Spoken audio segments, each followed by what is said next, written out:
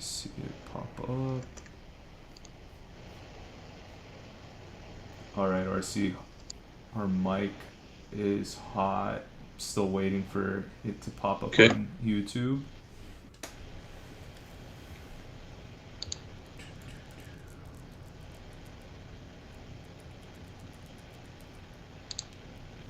Still showing a black screen.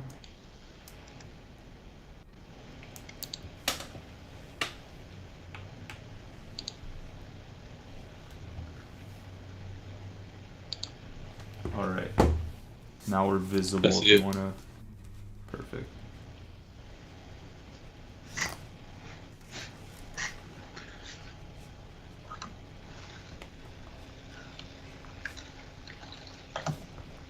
Give everybody a minute to hop on. Yep. I was scrolling through the bets for season touchdown totals by player. Has gotten more expanded options on DraftKings. So I was looking at that. I think there are a couple sweet bets to be had, but I'm not ready to release them just yet because I'm going to play them first before people mess up the odds on it. Those props, if you get too good at it, RC, they're going to limit your bet. Oh, that's coming because now I'm legal to do it myself. So I'm going to try to cash in this year before they squash me. Do you have a max bet though? Like, could you go more than? I put a $500 bet through, and it was sailed right through. But it was also one of my first bets when I had the account when everything got legal. I've had about 2 occasions where I've bet on a group of things like rookie passing leaders, where I pick a basket of players that I'm trying to get one of them to come through. So one of them, Penix, had super high odds. I don't know if that's what triggered it, but and it wasn't betting a ton of money or anything on it, but that got held up. Like, I had this master plan of, all right, this player at this much amount, that player at that much amount, the Penix long shot, and just like taking a blackjack insurance. So it's like, I'm going to put a couple bucks there because the odds are so high. So, and I think, if something happens to Cousins, Penix could take the passing yard. So there was a lot to that strategy. But when I then hit the button to have them all sail through, it got held up for review. And that's I've seen that. I've had that happen 3 times, but ultimately they do review them and let them through. Yeah.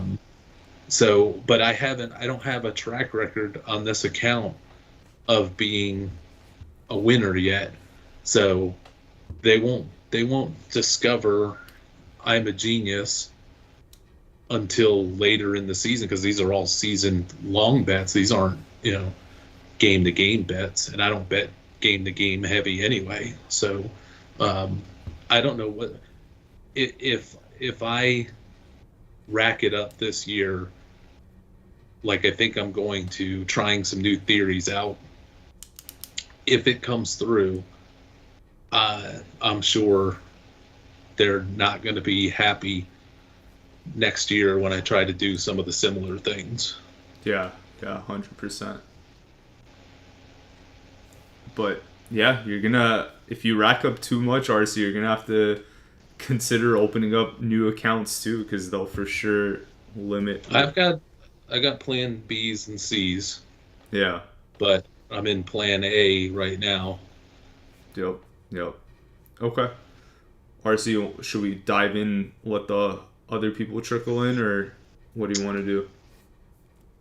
Yeah, we can go because people can go back and watch Yep. um, later Okay. if they'd like. So, first topic on our docket today, the Broncos payroll. We wanted to discuss that, RC. Obviously, everybody knows that Russell Wilson was cut during the off season, and that resulted in a $50 million dead cap hit in 2024, and it will result in a $30 million dead cap hit in 2025. So that's $80 million across 2 years. RC, what were you seeing here? What did you want to tell the audience about? There's a couple marbles I want to roll out here. This is based on a conversation that I had with someone who's a source on the Broncos. You talked to Ben, so I'd be interested to get Ben's take on this ultimately too. But this is not from Ben. This is from a different source, and we're talking about the Broncos situation. And I'm going to try to relay what was said because there's a lot that makes sense here, and a lot of players potentially on the move. It kicks off with the Broncos are 28th in cap space right now. So they don't have a lot of money to play with. They're going to have to make some moves to free up some space. And when I was talking with my source, I was trying to ascertain if he knew whether the thing that he doesn't know and that we just speculated on, so it's just pure speculation. I look at what Denver's doing and I'm like, does Sean Payton look at this as a kind of a rebuild year in a sense? Or does he think he's going to pull something off this season? Does he feel under any pressure? Like that would change, his mindset would change based on if he starts Bo Nix. I don't think he's expecting he's going to take down the Kansas City Chiefs led by Bo Nix from week 1. But if he starts Stidham, perhaps, and maybe he's feeling some pressure, they're thinking they're going for it. So I'm trying to look at the move. The moves to me that Denver's made so far look like a team that doesn't really care about this season. It's all about getting built for the future. So with that in mind, and they've got a lot of cap space already tied up, they're needing to free up space. The first name discussed where there can be some big cap savings is Courtland Sutton, who's wanting a new deal anyway, because I think, I'm going off of memory, I think he would get paid $20 million this year, or they could cut him for $4 million, take a hit of $4 million and be done with it. So, but Sutton's tradable in some capacity. So, and it would be probably a trade to a team that would look to put some type of deal extension in place. So if Denver thinks they're viable for this season, maybe they're not as inclined to move Courtland Sutton. But if they think that they're a year away and they're just trying to build a team, I don't know that Courtland Sutton is the future to them, and that they're going to want to sink a lot of money into Courtland Sutton at age, I think he's 29, off the top of my head. So my source is saying there's a lot of rumblings about what's going to happen with Courtland Sutton because of the cap issues and because of the ripple effects that would happen off of it. He told me that he would not be surprised. He said, "Guess who?" And we'll play this for you and any of the audience that wants to jump in and try to guess it. He asked me. He said, "Who do you think Courtland Sutton's going to get traded to?" And he said, "Don't say the Steelers because it's not going to be the Steelers." He says everybody's speculated that. He says just save it, not the Steelers. So I wasn't thinking that, and I figured when he was asking that it was going to be some type of curveball team. So I'll ask it to you and to any of the audience that wants to guess it. Who do you think Cortland Sutton could be on the move to? Who's interested in bringing on Cortland Sutton? I mean, I don't think that they would trade him within division, but I could see a team like the Chargers wanting him. Obviously, maybe Casey, but that, again, they're not going to make that trade. I like what Tom Finn said though. Bills. I think that's a interesting choice. RC. I'll go with Tom Finn. I think Bills is a. I said Dallas. And it was wrong. As are the Bills. The Detroit Lions. Are the name being whispered about that. Depending on what Sutton wants for a contract and all that. And then when you think about the Lions, they have Amon-Ra. Yeah. And then they don't really have anybody else. When you think of the Lions, now we think of them as a Super Bowl team, a top 5 Super Bowl contender. And you look over that roster and you're like, man, they had that cornerback issue, but man, they went out and they loaded up at corner.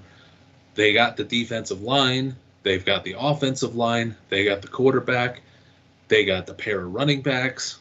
Amon-Ra is great.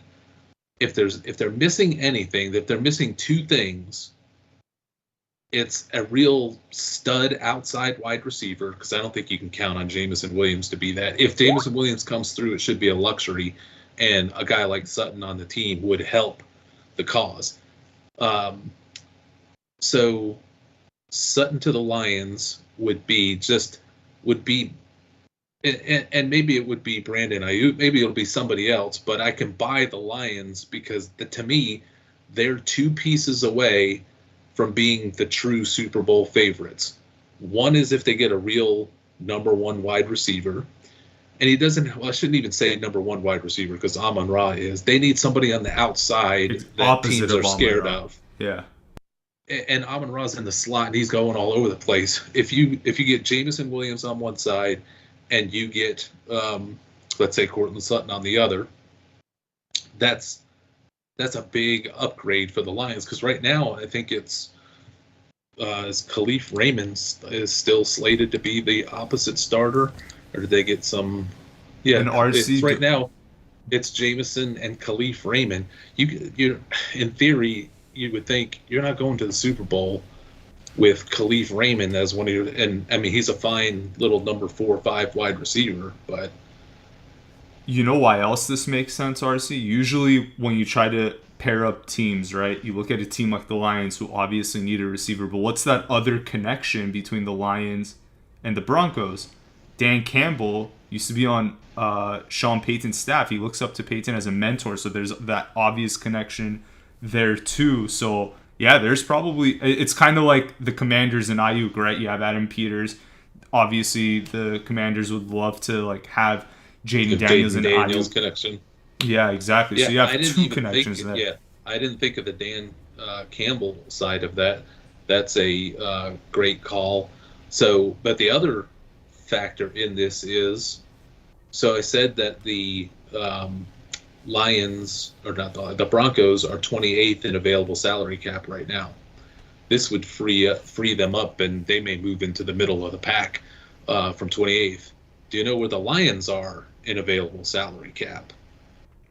Which usually Super Bowl teams, the really good teams, are, precedent for available cap space. Well, here's the thing, though. They extended Goff, they extended Amon-Ra, and they extended Sewell. So that makes me think that they don't have a ton of space. But the way you pose the question, I don't know. Where are they right now? Are they middle of the pack or something? They are currently. Here are the teams up at the top of available cap, and when I name them off, you'll go, okay, these are bad teams that are not loaded with stars, and they're kind of in a rebuild. Blah blah blah. Patriots, then Washington. Patriots 1, then Washington, then Las Vegas, then Arizona. in the top 5. So you would not be shocked by any of those teams. I think every one of them may have finished in last or second to last in their division last year. I skipped over one team that's in the top 5. They're actually the second team with the most salary cap available in the NFL right now, and that's the Detroit Lions. So the Lions have money to spend, and if they don't want to invest a mega deal in Brandon Ayuk, and I don't know if they would or wouldn't, Courtland Sutton's not going to take not going to require, because of age and everything else, the kind of money that Ayuk would command. Yeah. So, and Sutton's a locker room leader. Sutton's kind of got a Dan Campbell vibe. So if they know that, if that's true, that might be, for all the factors involved, from salary cap to need to, your connection of Campbell and Peyton, he may do him a favor. We could see Sutton on the move, and that would save, it saves $9 million, I think, or 8 million. If it saves $8 million, that moves them from 28th to 19th in available cap space. But the payroll fund doesn't stop there, and they could decide to keep Courtland Sutton, right, because he's a locker room leader, and they decide to give him a 3-year deal and roll with it. That seems like a stretch, but maybe, or they just keep him on the team for another year. Whatever. Why wouldn't you? I mean, why wouldn't you keep him? Because he's clearly going to be he's a locker room guy. You might have a rookie starting. Like, why would you take away a veteran that could help the QB grow? That is a great question, which leads into the next piece of this, is their ability to move Courtland Sutton and say, to your point, well, why would you get rid of a locker room leader and a stable wide receiver and all that, is because Tim Patrick is back. Mm-hmm. And I think Sean Payton loves Tim Patrick more than he loves Courtland Sutton, especially for the money that it's going to take. But here's the twist of Tim Patrick. Depending on what happens with Courtland Sutton, if they bring Courtland Sutton back, if they keep him, or they extend them, or whatever it is, that they retain Courtland Sutton so that they still got money tied up there, the next best savings that the Broncos can get is by cutting Tim Patrick, who's due $7 million but has no guarantees. So now you got like 31-year-old Tim Patrick, who you're not going to give a big contract to, coming off of, I think, multiple years of injuries. Mm-hmm. But everything's looking good right now in OTAs. If you were worried, if you're thinking you're a young rebuild type situation, but you want to have a veteran presence wide receiver, that could be Tim Patrick if Sutton goes. But if Sutton stays, then Tim Patrick is probably going to go. And where would Tim Patrick potentially wind up? The Detroit Lions, if Courtland Sutton's not available, and if the Broncos if the Broncos are still tied to Sutton's cost, and they're still having salary cap issues, and they can save a bunch of money by moving Tim Patrick, the Lions, in need with a lot of money, could look at it like, that may be a couple million more than you want to pay for Tim Patrick, but we could get him for a 6th-round draft pick or whatever, because they're getting ready to cut him because they have to, and then everybody's going to be in a frenzy trying to sign him. So let's cut all that out. Let's just pay, and let's get Tim Patrick, who's a grinder, veteran, good wide receiver, in. So if not Sutton, then everything could get applied to Tim Patrick.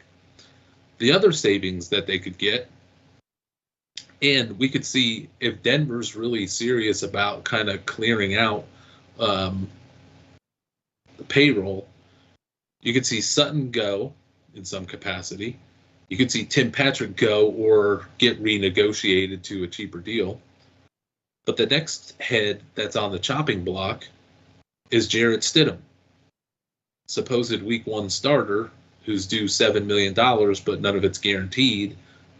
If you're building for the future, why would you waste money or time on Jarrett Stidham when you could just trade him or cut him and save $7 million? Then you could keep Tim Patrick, and maybe you keep Cortland Sutton as well. I don't know. Renegotiate with Patrick, but then that makes Stidham the potential odd man out. Unless you think you're really going for it, then you'd want to keep all of these guys. But fiscally, they can't really keep all of them. One of them's going to have to go, or take a different. Maybe they can talk Patrick and Stidham into, taking a $3 million deal guaranteed. But why would they do that when, if they got cut, they might make more in the open market as available to a team that would have an urgent need maybe in August. So Denver could get turned upside down for payroll purposes and planning purposes based on what Peyton wants or what Patton wants, and those two may be at odds. So you don't know if they're going to try to stick with those. If one of them, if the GM wants to stick with them and Peyton wants them to go, or vice versa. There's a lot of drama getting ready to happen payroll based in Denver. And the fourth guy that's on the chopping block, who I know Ben Albright mentioned was likely to go, was Samaje Perine. Now, they don't need Samaje Perine. They'd save a couple $1 million. It's not a big savings, but it's also not a great need. And again, if you're looking towards the future, Samaje Perine's not critical to have if you've got all these other running backs you're wanting to keep. Perine's nice to have as a veteran and a blocker and all that, but if you're not really going to have him in the game that much and you don't expect to be ultra competitive this year, why keep Perine unless you're going to really commit to putting him in to protect Bo Nix? But there's a lot of teams that are trying to feel out what the Broncos are going to do with Perine, because they would probably trade for him versus Denver just cutting him outright, because he's such a great third down back and a great blocker protector that teams that are kind of lurking around waiting to see what's going to happen maybe would like to pick him up one way or the other, whether it's a cheap trade and take on his contract, or he becomes a free agent and there's a little frenzy for him. The Kansas City Chiefs are the number one name poking their nose around, trying to find out what Denver's ultimately going to do with Perine. And some of the Perine stuff may be hinging on Estime, whether his injury, whether he's going to come back and be fine, and then they'd have Javonte, who I agree with Ben Albright is not going anywhere. It'll be him and Jaleel with some Estime and Perine if he's still there. But if Perine goes, Kansas City sniffing around, and then the other team whispered to be in the mix, trying to see if Perine might become available to protect their big investment quarterback, is the Jacksonville Jaguars, who are souring fast on Tank Bigsby, and Dearness Johnson is not the greatest blocker in the world. So, and Jacksonville thinks they think they're the AFC South leaders in the clubhouse. So they would like to get Perine to protect the golden child. So, which is smart. Whoever gets Perine, it's going to be a smart move. But he may have to choose from Kansas City and Jacksonville, and maybe Denver doesn't want to send them to Kansas City because it's in division. I was about to say that. Why would they trade him to? Why would they help Kansas City three-peat, right? What about the Bengals, RC? Can you see Cincinnati trying to get Perine back? No, they're committed. In my opinion, they are fully committed to a Moss Brown full split. Okay. Hot hand. They're going to be the two guys. There's not going to be a need to bring in Perine to do their third downs. Got it. But Perine to Kansas City, Kansas City's looking to see if they can fill the Jerick McKinnon spot with somebody besides Jerick McKinnon. Right. And they could always maybe bring him back, but that seems to be getting long in the tooth. Yeah, for sure. He's definitely getting on the older side, but we'll see what goes down there. But RC, one thing I want to circle back to, you were talking about how Detroit obviously needs a receiver besides Amon-Ra St. Brown. If they are aggressive about getting a receiver like a Sutton, I know publicly they've been backing Jameson Williams, but I mean, for me, that would pretty much like just show that they're not confident in Williams taking over that number 2 role, right? Maybe, but I'm thinking if I put myself in the position of the general manager of the Detroit Lions, and I'm looking over my roster, I'm looking over my situation, and I'm like, we can win the dang Super Bowl if we get 3 things going into this offseason. The cornerbacks, which they killed. They went out and they got 4 or 5 of them between the draft and free agency. They went from dead at corner to potentially loaded at corner. So, okay, check that box off. Then you're thinking, man, if they can get one more legit wide receiver on the outside and still have Jameson on the other side, but let's get a player, a wide receiver, a veteran, a Keenan Allen type, if he, when he was available. Let's get a legit experienced guy into this wide receiver room that's going to draw some respect and just help this offense go to another level. We've got to get somebody besides Khalif Raymond. It's not going to help Jameson Williams get to the next level if Khalif Raymond is the other option on the other side. So I think they have got to be in the market, whether they're waiting for somebody to get cut due to salary cap issues, or they're in on the Brandon Ayuk stuff potentially. Although I don't know that San Francisco would send him there because the Lions would be they could be meeting them in the Super Bowl. You don't want to do that, RC. Brandon Ayuk could be that missing piece that I don't think San Francisco would do that. That's why I don't think they're not worried about sending him to Washington or Pittsburgh, but they would worry about sending him to Detroit, or they would never send him to Kansas City. Yeah. So that's 2. If fix the cornerback situation, they did. Get that veteran presence, respect. Get the Stephon Diggs, the Keenan out. They're out there waiting to be had. But now all of them are gone, and there's Cortland Sutton's about the last one on the block right now of a bigger name.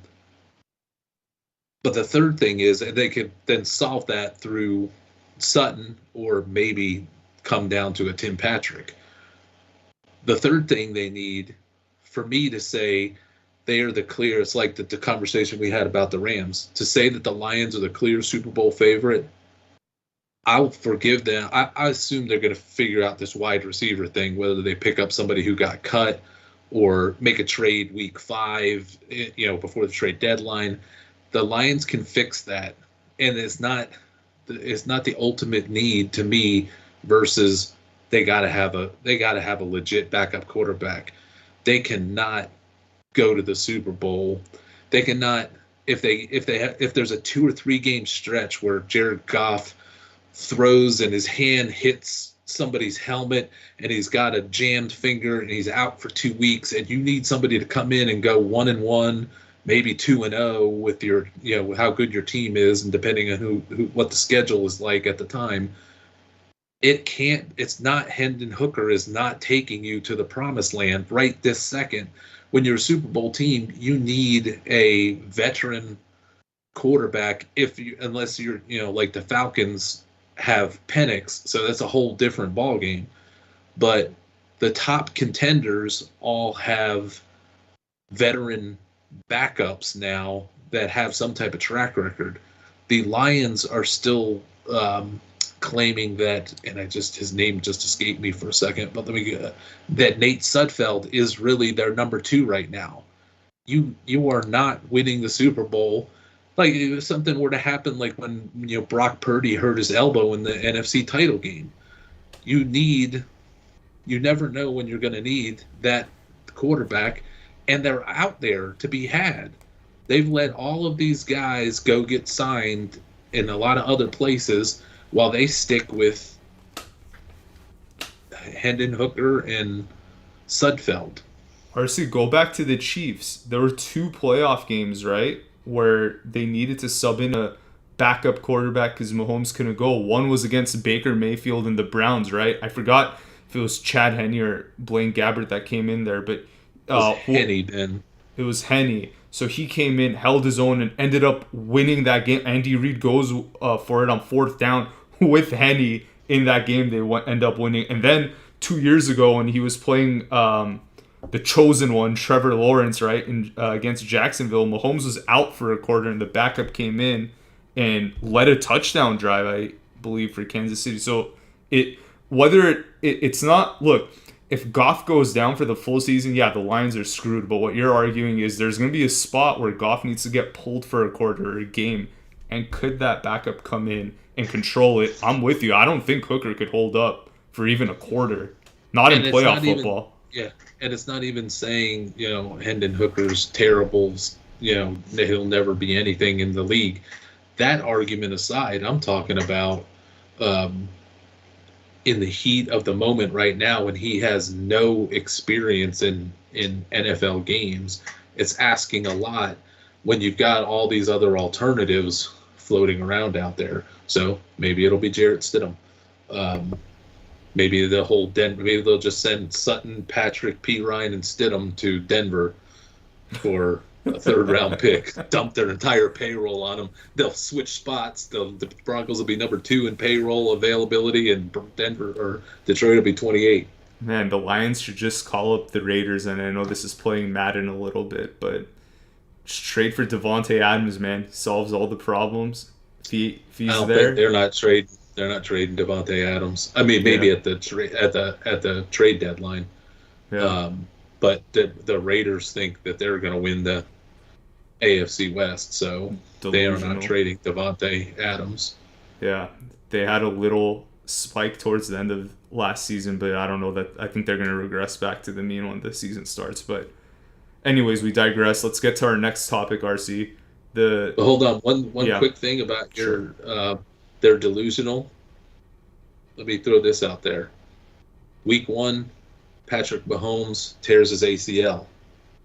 Who's the favorite in the AFC West? Chargers.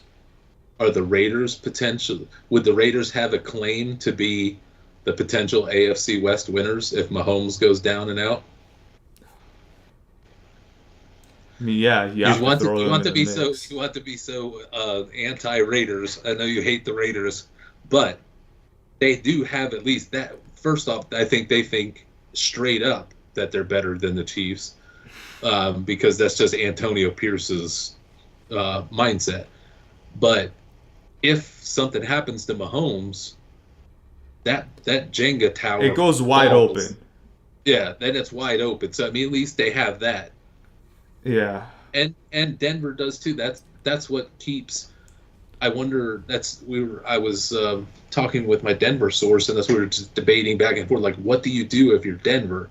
Do you just unload these pieces? Because the Denver's not bad, but if you're going to go with Bo Nix, there's going to be bumps in the road, and it's going to be hard to get over Herbert and Mahomes. But what happens if something happens to Mahomes? It changes the whole board. So. Anyway, those are the rumors from out west that I spoke to somebody about this week for fun.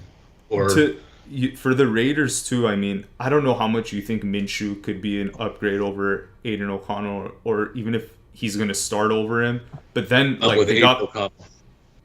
Do you think that they would go O'Connell over Minshew? I think Aiden O'Connell's going to be the week 1 starter. But they also got Christian Wilkins on that D-line, right? So their D-line's at least, I mean, Max Crosby and Wilkins is dangerous, but that means, again, I still think they're going to regress compared to what we saw towards the end of last season. So personally, I think they're under the delusion that the way that they finished last year is them. that the power of Antonio Pierce's positive thinking is going to extend to a decade-long run of the same as their end of season last year. And I think they're delusional because Aiden O'Connell's not ready to compete at that level yet, but I think he's good. I think there's hope in Aiden O'Connell, but not right this second to take down Mahomes and Herbert, or even Bo Nix for that matter, and Denver. Then it'd be if Mahomes goes down, it's a four-way race. It's a four-way sprint from there. Yeah, it's tough. I mean, at that point, RC, I just go with the best quarterback there, obviously Herbert. And honestly, the Chargers defense isn't bad. Staley just ruined them. They have pieces on the defense. Now, the offense is gutted, but now you have Slater, you have Alt, right? So the O-line should be better. And Lad McConkey's there. They're younger on offense. Yeah, I would take the Chargers in that case, just strictly by going, hey, who's got the best quarterback? That's usually what's going to end up being the winning ticket. So, yep.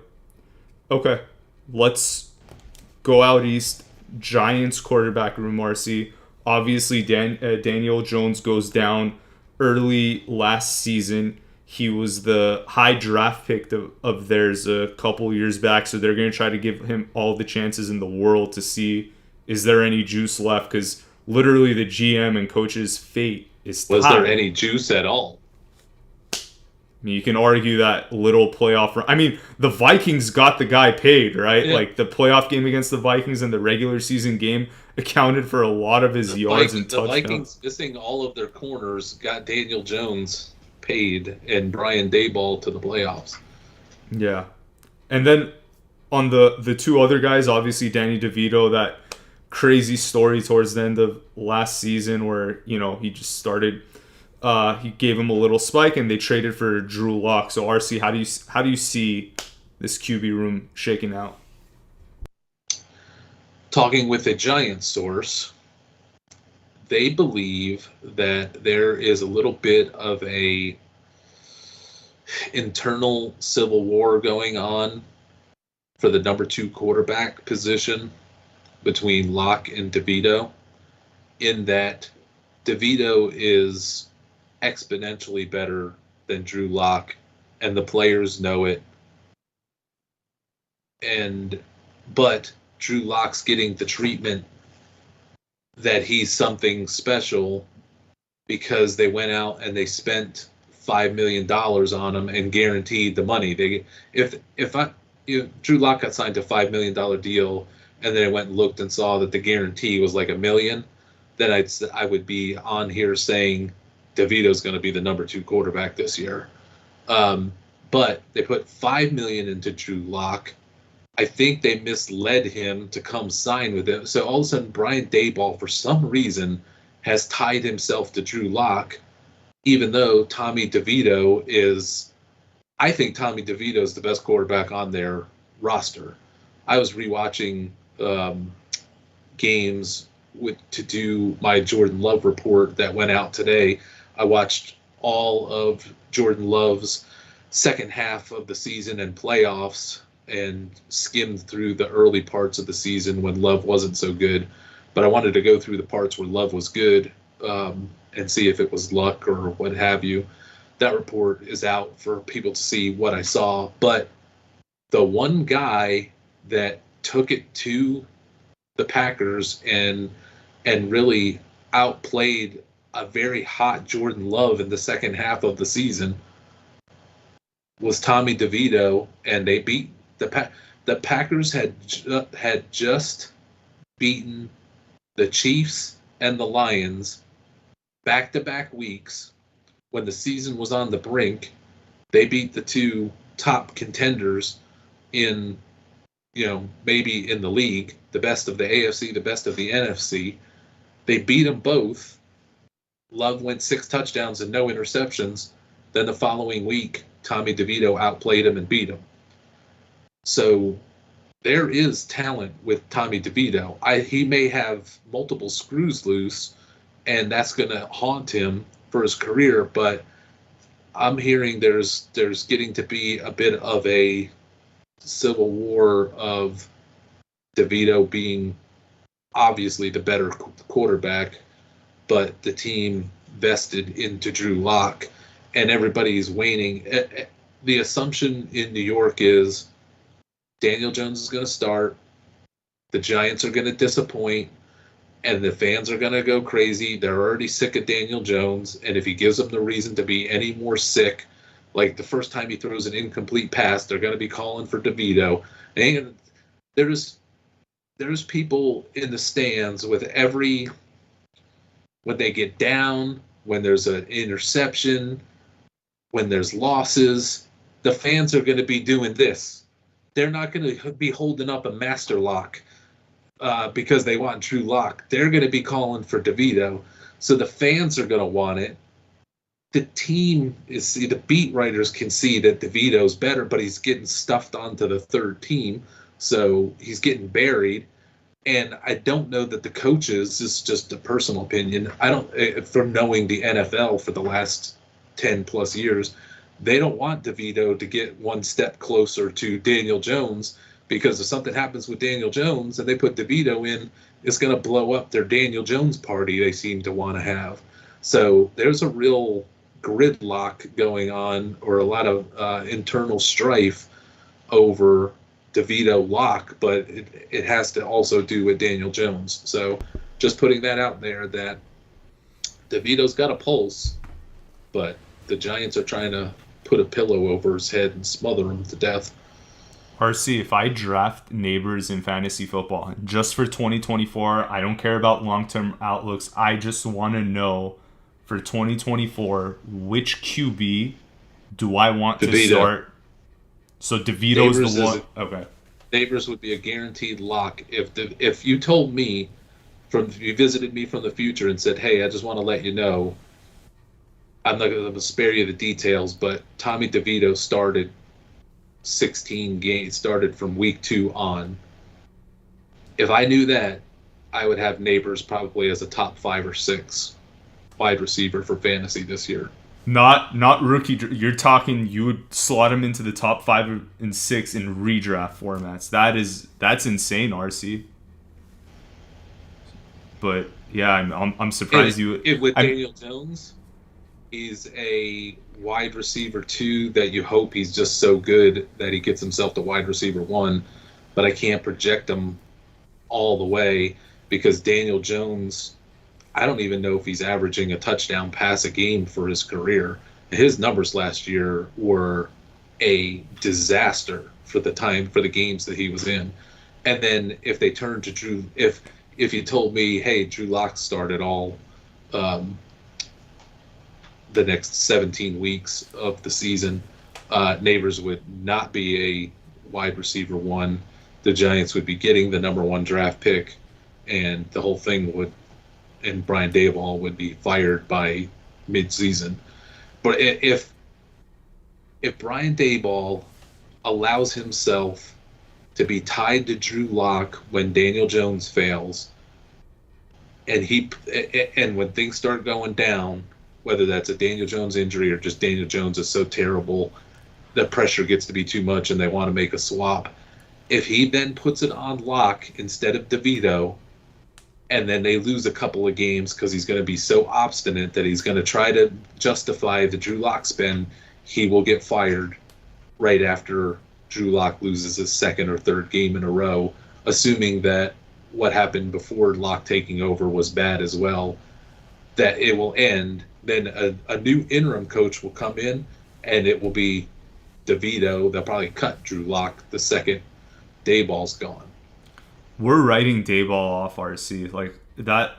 But let me ask you this: as a head coach, he's pretty much been a disaster. Do you think in 2025, wherever he lands as an OC, and I'm pretty sure an NFL team will give him a chance at being an OC again, do you think he'll find success, or do you think he's just done in the NFL? I can't say. I didn't buy that he was the mastermind behind Josh Allen, because I don't think that's ever really true, that a coach just sprinkles some magic dust, or that an offensive coordinator can do that. and make something elite, much less an offensive coordinator. Now, there's guys like Kyle Shanahan. You want to be with Kyle Shanahan. You want to be with Sean McVay. Doug Peterson, to a degree, I put in that camp. I don't know about Brian Daboll. I don't know because I've only seen him with Josh Allen get great, whether he had a lot to do with it or a little to do with it. And then he goes to the Giants and he thinks he's going to consistently win in the NFL with Daniel Jones. His first thought should have been, I'm walking in and we're getting rid of Daniel Jones. We're going in another direction. He didn't do that, so that tells me he's not that bright offensively. He just got lucky with Josh Allen. Yeah, but I mean, it was one of the more crazy turnarounds with some. I mean, I don't think I've seen anything like Josh Allen year 1, year 2, where he was just looking awful, and then all of a sudden in year 3 he's playing at an all-pro level. So we've seen incidents of it lately because Geno Smith went from nothing to a really good quarterback all of a sudden in Seattle after 5-7+ years of in the wilderness being mocked.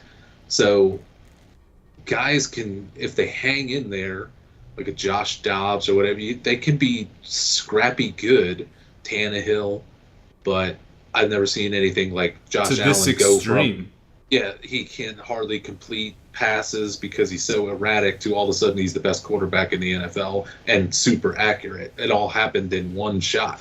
Yeah, I mean he's the exception, not the. I mean it was a crazy turnaround. But RC, let's go out west to our next topic, the Arizona wide receiver room, which I know you're gonna have plenty of eyes on, right? You have you're going to be watching Marvin Harrison Jr. closely. Obviously, you have Michael Wilson, who you like a lot there, and you have Greg Dortch too. So, who are you seeing in Arizona, RC, that might be Kyler's number one? Is it going to be the obvious choice in Marvin Harrison, or are you seeing something else? I should have labeled this segment the Arizona running backs, but it's kind of an Arizona block of notes. The wide receiver one is just another rant. I'm just going to keep putting my neck out there to get chopped off. That I get all these articles suggested to me by Google because it knows what I read. So I'm constantly getting, the top sleeper wide receivers according to this site and that site and this person and that person and who had the surprising camp for Arizona, or who are the Arizona players most likely to have a turnaround. All I see is Michael Wilson. Michael Wilson is going to be the candidate for the big sleeper turnaround, and he's getting set up to have the big season. And I'm sitting there going, and I hope it comes true, but I'm like, when you see reports about the Giants, there's nobody talking about this is going to be a big year for Jalen Hyatt and Wan'Dale Robinson. It's all, holy crap, have you seen Malik Neighbors? Did you see him eat a sandwich the other day? I've never seen somebody eat a sandwich so great as Malik Neighbors. Look at look at Charger notes. It's all about Ladd McConkey.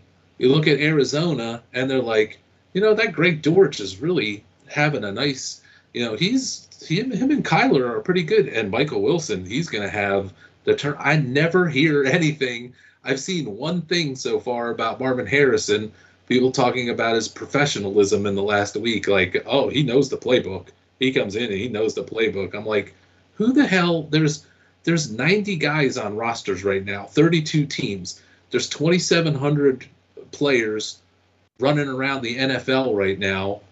I think all of them know the playbook. I mean, if there is somebody who doesn't, they're going to get cut. Like, it's not a big getting to the workout room or the facilities at 5 a.m.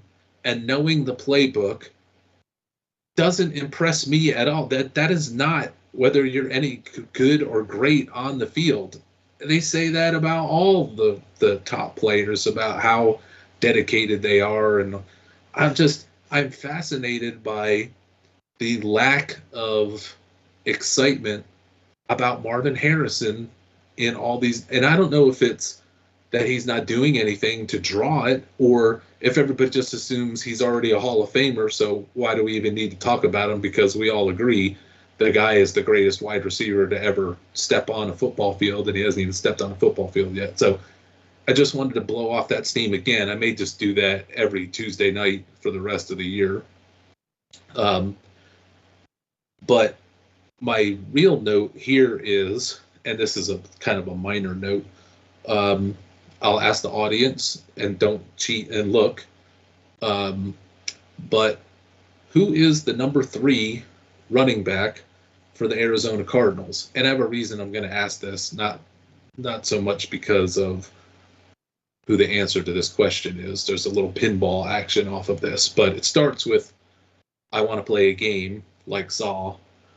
Who would you say, without looking it up, who's I'm laughing at William Newcomb's answer. Who would you say is the number 3 running back for the Arizona Cardinals?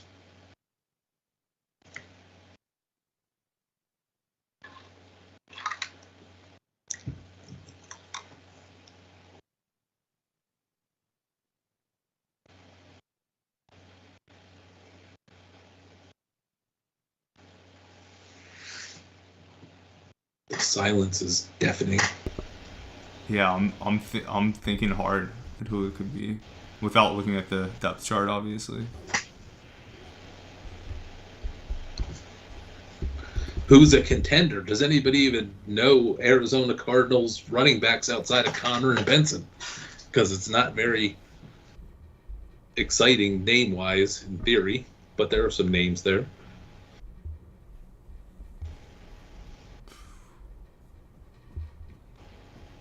All right, the most experienced guy is Amari DiMercado, who was a flash last year that took over. He's the most experienced guy. Late in the season, they picked up Michael Carter from the Jets, who was supposed to be this great satellite running back, and Arizona grabbed him off the waiver wire, and he was all right for the Cardinals as well. But the answer as to who the number 3 running back really is DJ Dallas, who they put, let me look it up. I was stunned to see that. I knew that they spent money on him, because when I saw the contract come across during free agency, I was like, what in the world? They signed DJ Dallas, who you would think is a guy that's closer to being cut and just being out there for free to be picked up to be a camp body. They signed him to a 3-year, $8 million deal in free agency. The Seahawks number 4 running back, and he got $2.5 million guaranteed for a running back who's not a number 1 or number 2. Those are pretty surprising numbers. So I say all that in that that fascinates me that he would be their number 3. But what I heard being bandied about is that because DJ Dallas is likely to be the number 3 running back, Arizona is going to end up having to ditch one of DiMercado or Carter, and that there are teams that are in some type of running back need that are waiting to see if they're going to drop one of those guys, and that there's some hope that it might be DiMercado, that there are some teams out there lying in wait to try to get their hands on DiMercado to be their number 2 type of running back, like maybe the Dallas Cowboys, to be like a number 2, number 3 hope, with upside that maybe he'll be needed to be the top guy if things don't work out the way they expect. So you may start to see in the next couple weeks some demercado talk, and if you see it, then you know that there's something to this, that there are teams out there hoping that some of the solution to their running back issues is going to be from who the Cardinals cut, because they're pushing DJ Dallas as number 3, which I mean, DJ Dallas is fine. I don't have anything against DJ Dallas. I'm just would never put 3 years, $8 million on DJ Dallas. Obviously, when the season starts off, we're going to see Connor open up, right? But do you think that there's a realistic shot that Benson's going to push Connor this year? I wouldn't be surprised if Benson was the week 1 starter, but if he's not, then it won't be far into the season. When people get a load of Benson, it's over for James Conner. He'll have to go into it. They'll go into a split role. They won't just put Conner to the bench. But Arizona's, for everybody that's all into Arizona's a sleeper, watch out for Arizona and all that. I get all of that. I like the coach. I like the direction that they're heading slowly on the roster. But you go look at the first half of the season schedule and tell me they're not about to go 0-8 potentially. And so if they start losing games out of the gates, then there's no reason to stick with James Conner plodding along. So not only is it a rough division, as Ross is saying, but Arizona opens up at Buffalo. Then they have 3 home games with the Rams, the Lions. So now they're 0-3, but potentially. Then Washington is the 3rd home game in a row. So could go either way. Let's give them the Washington game. So they're 1-3. Then they go at San Francisco. So now they're 1-4. Then they go at Green Bay. Now they're 1-5. Then the pivotal game will be hosting the Chargers on Monday Night Football, Week 7. If they were to lose that game, it would be a Monday night loss, and they would be sitting potentially 1-6, 2-5 maybe at best if they lose the Chargers Monday night game. Then they're going to go at Miami, which is I'm not afraid of Miami, but I hate teams going to Miami to play. So that could be another loss. Then they get into Chicago and the Jets, so at home. So maybe they'll split that. After the first 10 weeks of the season, before their Week 11 bye, the Cardinals could very easily be 2-8. 3-7, yeah. 3-7, 1-9. So I think the James Conner plan sounds great until it doesn't, when they'll turn to Trey Benson because he's just too good to keep off the field. So it'll be a split of some kind. But then if by week 6, when they have that at San Francisco and at Green Bay, when they lose those games and are 1-5, 1-6, then James Conner will likely be on the move. Do you think that if Arizona has a high draft pick next year, that they'll consider moving off Kyler if this season ends in, if it ends just as badly as the last one? I don't know. There's such positive vibes about Kyler right now that if he has a fine season, it's just that they have a tough schedule, and he does well, and there's some hope. Then the second half of the season, their schedule is really good, so they could start out terrible and then have a strong finish, and then everybody go, well, we're a young team and we're now coming into our own, and Kyler's working hard. And so I don't think it's a given that Arizona will take a quarterback.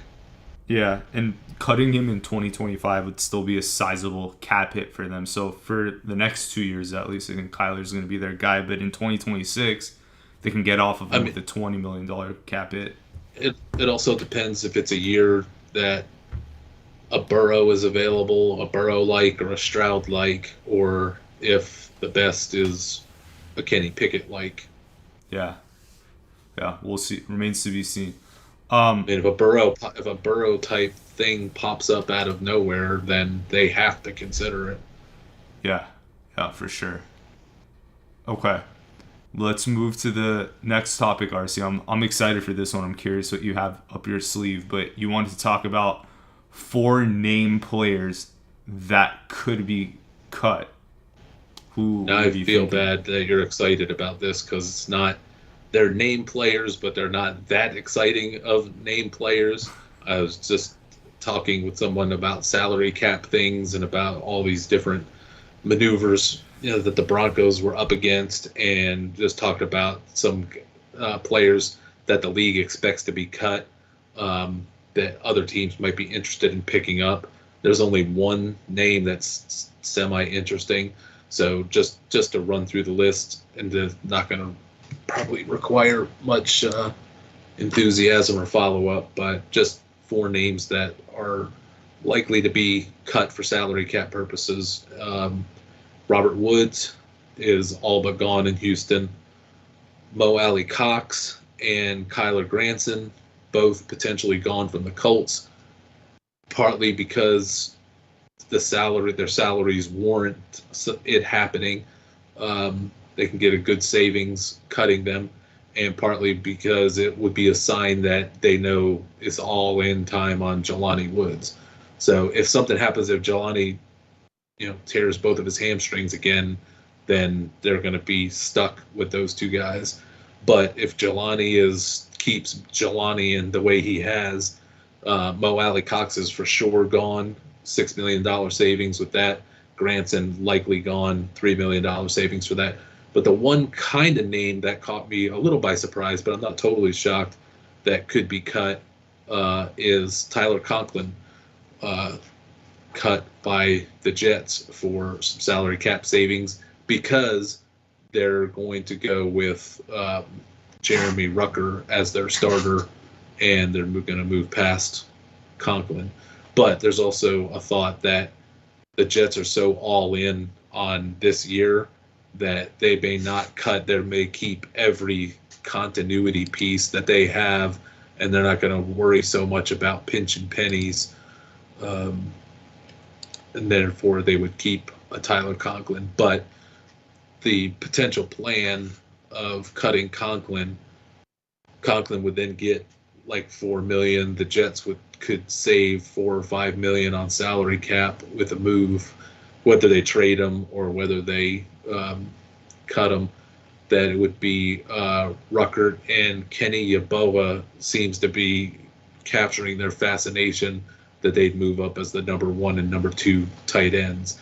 But it all depends on what Aaron Rodgers thinks as well, The most interesting since he runs the team. for me, RC, Mo Alley Cox and Granson, they get released. I'm going to be that much more hyped on Jelani, but so is the rest of the world, right? Like, that's probably the only thing holding back all the mainstream fantasy guys from really pushing Jelani. Well, he won't get the full push he deserves because he hasn't done anything yet. So they'll only go so far. He'll be every sleeper, on every other of the 700 a day. Watch these sleeper guys articles that's going to hit and bombard us in August. But they won't go far enough because they won't have the guts to. But just a side note on the Jets thing, why that might be a cut that happens. The Jets are 29th, right underneath Denver in available cap space. So, and they're going to need potentially some available cap space if they're going to be a real contender this year. Yeah, makes sense. Okay. Moving to the last topic before we hit the chat, you wanted to talk about the Atlanta wide receiving room. Obviously, a lot of new faces there, aside from Drake London, who they spent a high pick on a couple years ago. They got Darnell Mooney. They traded for Rondale Moore. They traded Desmond Ridder for him, which I can't believe that Falcons got something of value for Ridder. That still blows my mind. Ray McLeod, and they draft Casey Washington. RC, what are you seeing here? Is there somebody aside from London that we should be watching out for? Well, definitely Darnell Mooney is in play to be the leader. could be the surprise leader over or with London, but it's likely going to be London. It'll be Pitts and then London and then Mooney. But I noted this to just talk about for your Atlanta Falcons. News roto blurb today that Ray McLeod was running with the first team and how connected he is with the Kirk Cousins. I tried to get that confirmed, and my guy was like baffled by that statement. Not that anything against Ray McLeod, but he didn't. His antennae were not raised that there was a Ray McLeod uprising happening on the Falcons, and that would be Rondale Moore going to the bench if Ray McLeod was going to suddenly be the first or the first string, first team slot wide receiver. Yeah, so I don't think that's going to happen.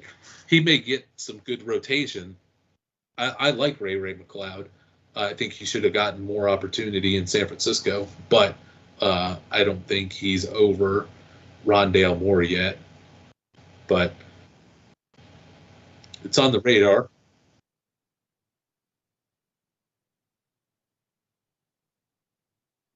He's actually a pretty decent wide receiver. I like picking him up as a great number 4, number 5 wide receiver that could step in if something happens to a starter. But I tried to get confirmed. I'm like, that would be news to me. That would be interesting for sure. But I can't confirm that there's truth to that. Yes, he's running with the ones, but there's a lot of guys that run with the ones for various reasons.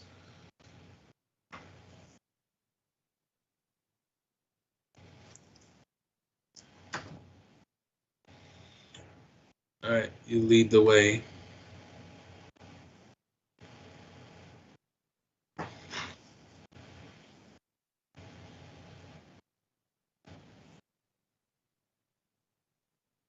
If his legs are healthy, he could be the number 1 wide receiver for the Broncos. Everybody's that high and reverential on him, and if I had to bet, if I could bet on, or if I was forced to bet on such things, I would bet that Sutton gets traded and that Tim Patrick gets like a renegotiated deal, like a 2-year, $5 million with $3 million guaranteed, but incentives because he's an injury risk, so they'll let him play, they'll let him earn if he produces, type of thing. But he's right now he's slated to make $7 million or cut him for $0. They're not going to stand for that. So I'll bet that, but I know they would love to keep him there, being fiscally responsible. So I think he could very easily be the number 1 receiver there, just because it could be, if Sutton is moved, it could be Patrick and Mims and Franklin. But they also have Brandon Johnson. Yeah, Brandon Johnson, Lil Jordan Humphrey, a name I hate the most, or one of the top 5 names I hate the most in the NFL.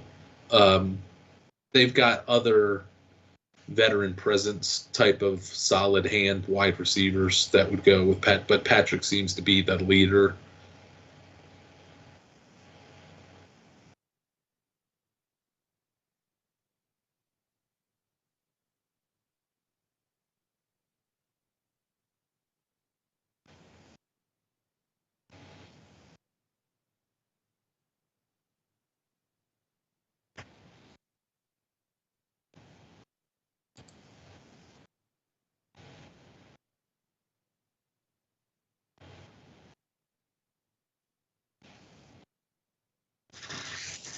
It's rare to see teams that won playoff games and are considered strong Super Bowl contenders be in the top 5 or so in available cap space at this point in time. You know who is number 6 in salary cap space that caught me by surprise: the San Francisco 49ers. And when I say that, credit to Detroit and San Francisco for building Super Bowl contenders, but being fiscally responsible and having all of this cap space. Now, the 49ers may be getting ready to lose it all to Brandon Ayuk, but credit them. They have the space for at least this year. They've got problems on the horizon with Purdy and some of the defenders. Dre Greenlaw is going to want a new contract this year, is probably being discussed because he's another guy that has a cuttable contract, but they don't want to cut him. But he's in that zone of, I don't have much of a guarantee. I want more money. So what are you going to do? Then Purdy's going to get paid next year, and they're going to need to start investing in the offensive line. So this is kind of the window for San Francisco, while Kittle and Debo are still got juice. Yep. But San Francisco is number 6. That was a surprise to me. Interesting. Yeah, and apologies to the chat. My audio did go out for a second. RC could still hear me, but the rest of the chat couldn't. And when you think about teams that are high up in cap space but are great teams, you're like, okay, credit to you guys for the salary cap management. But then the reverse of that is to me, I'm like, I better not see a crappy team down at the bottom. Like, I'm used to seeing like Kansas City at the bottom, Buffalo at the bottom, because they're like, we got a chance to win this. We're spending every damn penny that we got to try to win this thing. So I don't have any qualms with teams that are at the bottom of the available salary cap right now, that are legit playoff teams and playoff hopefuls or whatever. But I look and I see the Carolina Panthers are number 30 in cap space. They're the worst team in the league, and they've spent all of their money. Yeah, on what? They're not even paying a QB. Interesting. They don't have a QB. Yeah, they are paying a QB, Andy Dalton. What? Well, he's not making more than $10 million, is he? Anyways, probably is around 5 or 7, but. So Ross was also talking about Sutton, Stidham, and Javonte are all just a matter of time before they're gone. So I agree with him on that. Okay, first fantasy-related question on RC. Bill in Texas. Hey, RC, who would you suggest for the end of my preseason dynasty bench? Michael Wilson at wide receiver 8 or Kobe Parkinson at tight end 4? It would depend on your need for lottery tickets at tight end. If Wilson is your 8th best wide receiver, I assume you're loaded in front of that. If Parkinson's your 4, just depending on, I see teams that have, a lot of people have Parkinson as their 3 or 4, number 3 or 4 tight end, and then I look up and see who their 1, 2, and 3 tight ends are, and I'm like, oh my goodness, you got to keep Colby Parkinson, because you can't. I mean, I love Jelani Woods, but having a tight end room of Jelani and Jawan Johnson and Colby Parkinson, you need all the lottery ticket tight ends you can get. So I would say I'd have to know who your other tight ends are. I want to say Michael Wilson's got the most value, but you may operationally need Colby Parkinson, but I'd want to keep Wilson. But you may have to keep Colby. Bill in Texas again, RC.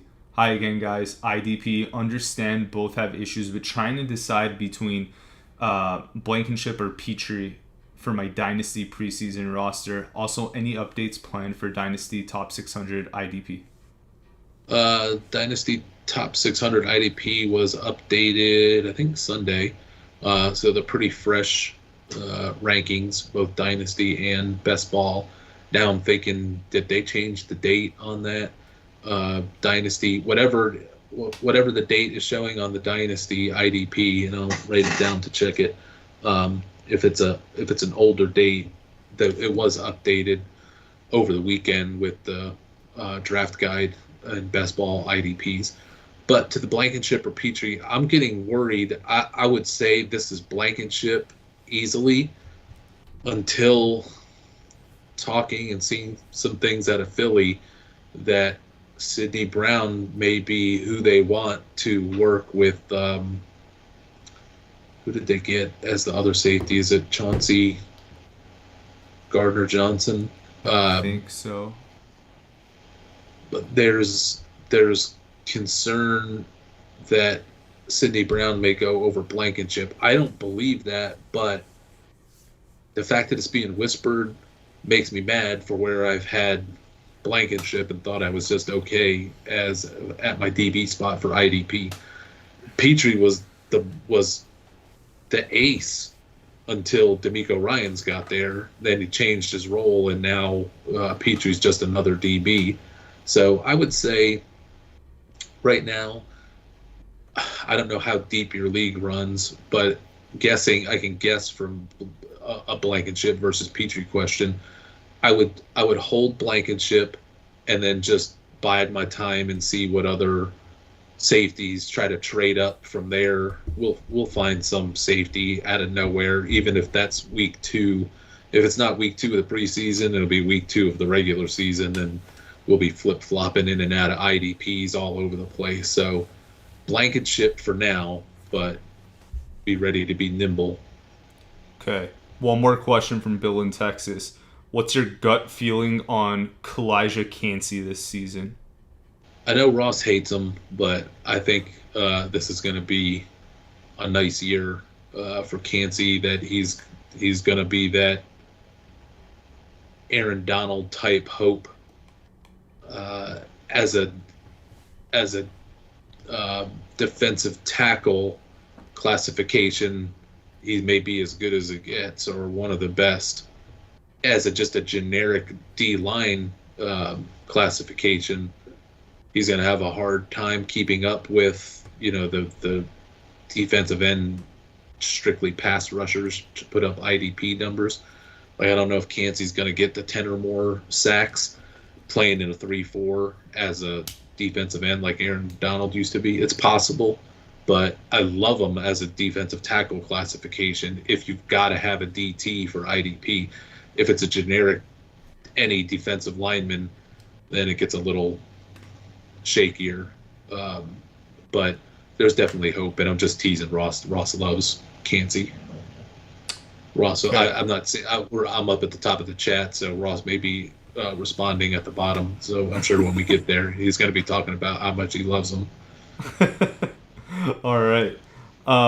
Keep matriculating. For 6-point PPR Superflex Dynasty, would you drop any of Charlie Jones, Alec Pierce, or Chase Claypool in order to pick up Ryan Flournoy for the last wide receiver spot?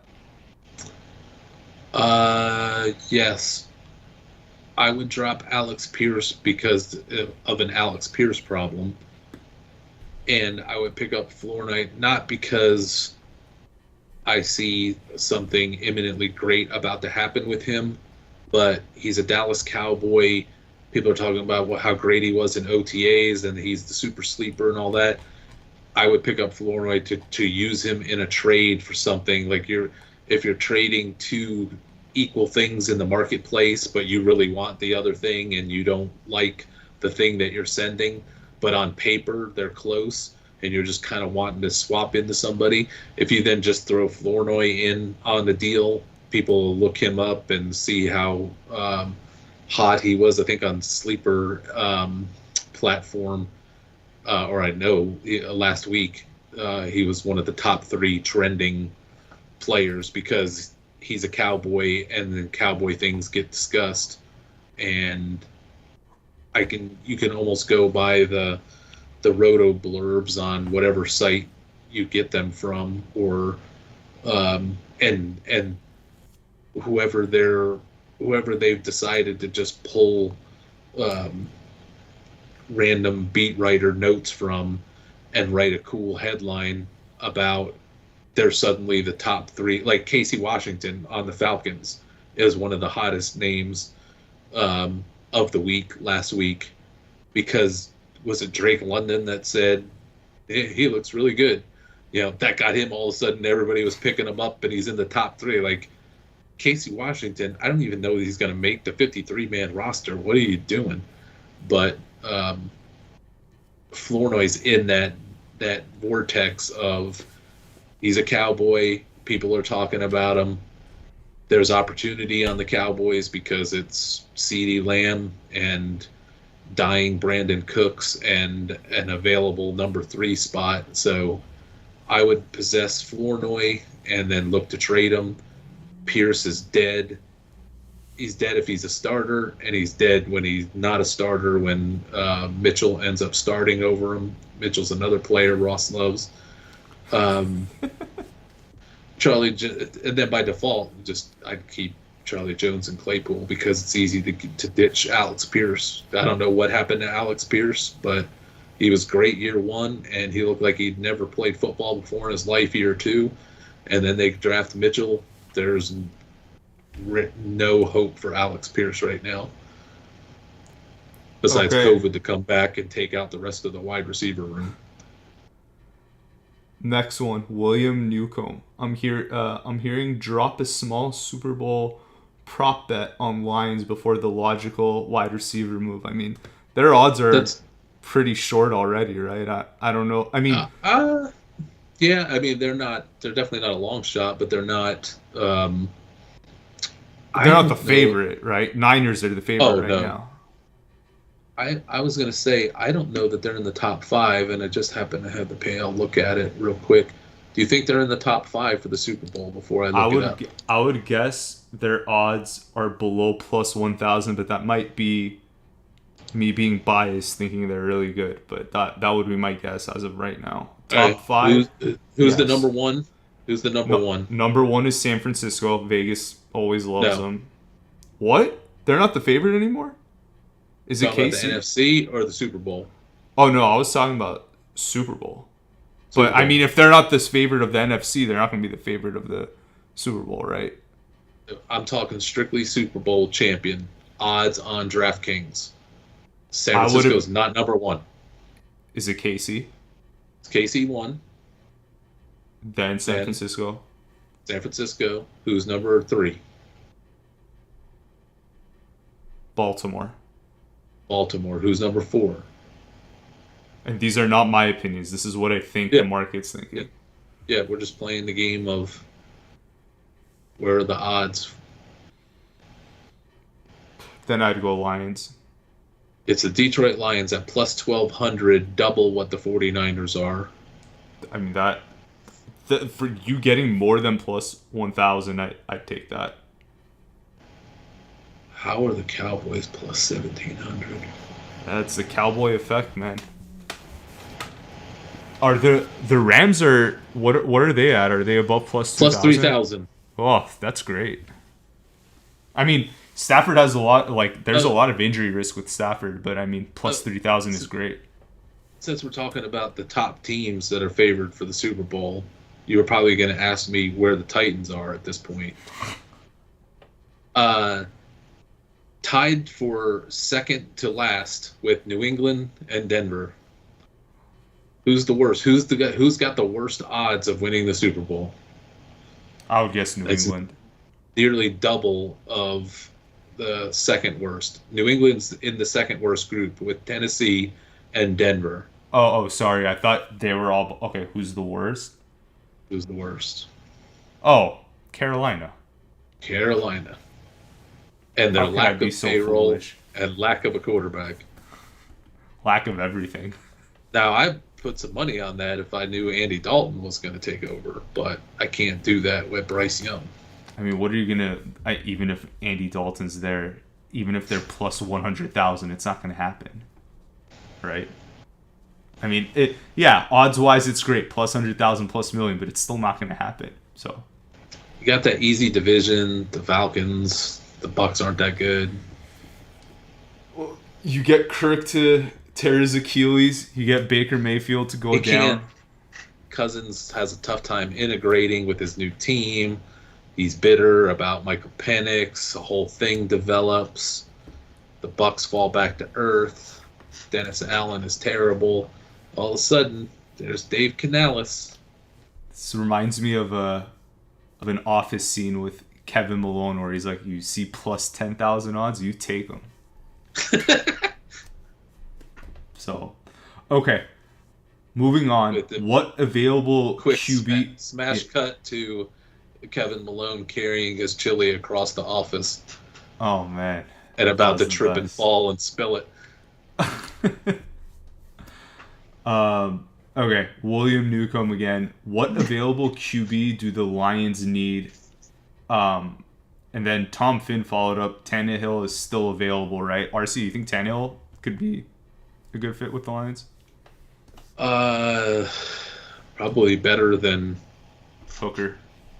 I can't. The guy's so bad. I'm blocking out like a bad childhood memory. Nate Sudfeld. So better than that, and I would assume better than Hendon Hooker. Yep. Okay. Then scrolling down, Ross. I can't see O'Connell beating Herbert. Agree with him. William Newcomb. Tight end strengths on the Raiders. Yeah, Bowers and Mayer. RC, I don't know if you're high on Mayer, but obviously Bowers is going to be a big piece. Were you high? I forgot if you were high or low on Mayer. But yeah, I mean, Bowers being there makes their tight end room good. No, that was the only in 2023 pre-season appearing on Matt Kelly's show. We had a raucous time for about 4 hours, but the only time we got into a disagreement where he told me I was wrong was when I didn't have Michael Mayer as one of my top 3 tight ends, and he had Mayer at the top and said it was going to be a big year for him. So I'm on record against Mayer, and that's been the right call. Okay. And then Herbert may have a semi-insane running back-oriented coaching philosophy. Ross Jacobs. O'Connell is 100% the starter. Pierce loves him. And yes, they absolutely believe they can run game people out and play defense. William Newcomb, Raiders coach, filling for BK, so you know he's gonna have his hustle on. Ross Jacobs, I don't care about the Chargers' run game focus. It's still 50-50, and Herbert is miles better than anyone in the division, not named Mahomes. Agreed. William Newcomb, Minshew, miniature photo shoot, sink his QB aspirations. Ross Jacobs, Dable and or Bean thinks Locke can be their new Mega Josh Allen. I know that's what they're thinking. But this is off of Daniel Jones going to be their Josh Allen. William Newcomb meant to emphasize the Chargers coach may simply be a portion insane, could be an issue coming from a lad truther. Ross Jacobs. Yeah, he's insane, but he's still better than most of the coaches in the league. But he is insane. Yep. But so is 20 other head coaches in the NFL. Yeah. At least with Harbaugh, he's nuts, but he's a good football coach. There are other guys in the NFL head coaches that are nuts and are terrible at being head coaches. So I would not be surprised if the Chargers win the AFC West with Mahomes not missing a game. I mean, you have to think that KC's like tired too, man. 2 Super Bowl runs. They've been to the past 6 AFC championship games. Like, I mean, at some point. How close were the Chargers getting with Herbert, but Brandon Staley kept butchering it? What if the switch needed to be Brandon Staley out of there? Like Arthur Smith level. Like, just the switch out from him is going to be an upgrade. Say what you want about Smith, RC, but there were games that were tight that he would kind of squeak out for the Falcons. Staley showed none of that. I mean, Staley was just horrendous with clock management, fourth downs and everything. Smith has his faults, but I think Staley definitely made the Chargers worse than Smith made the Falcons. So what if we'll see.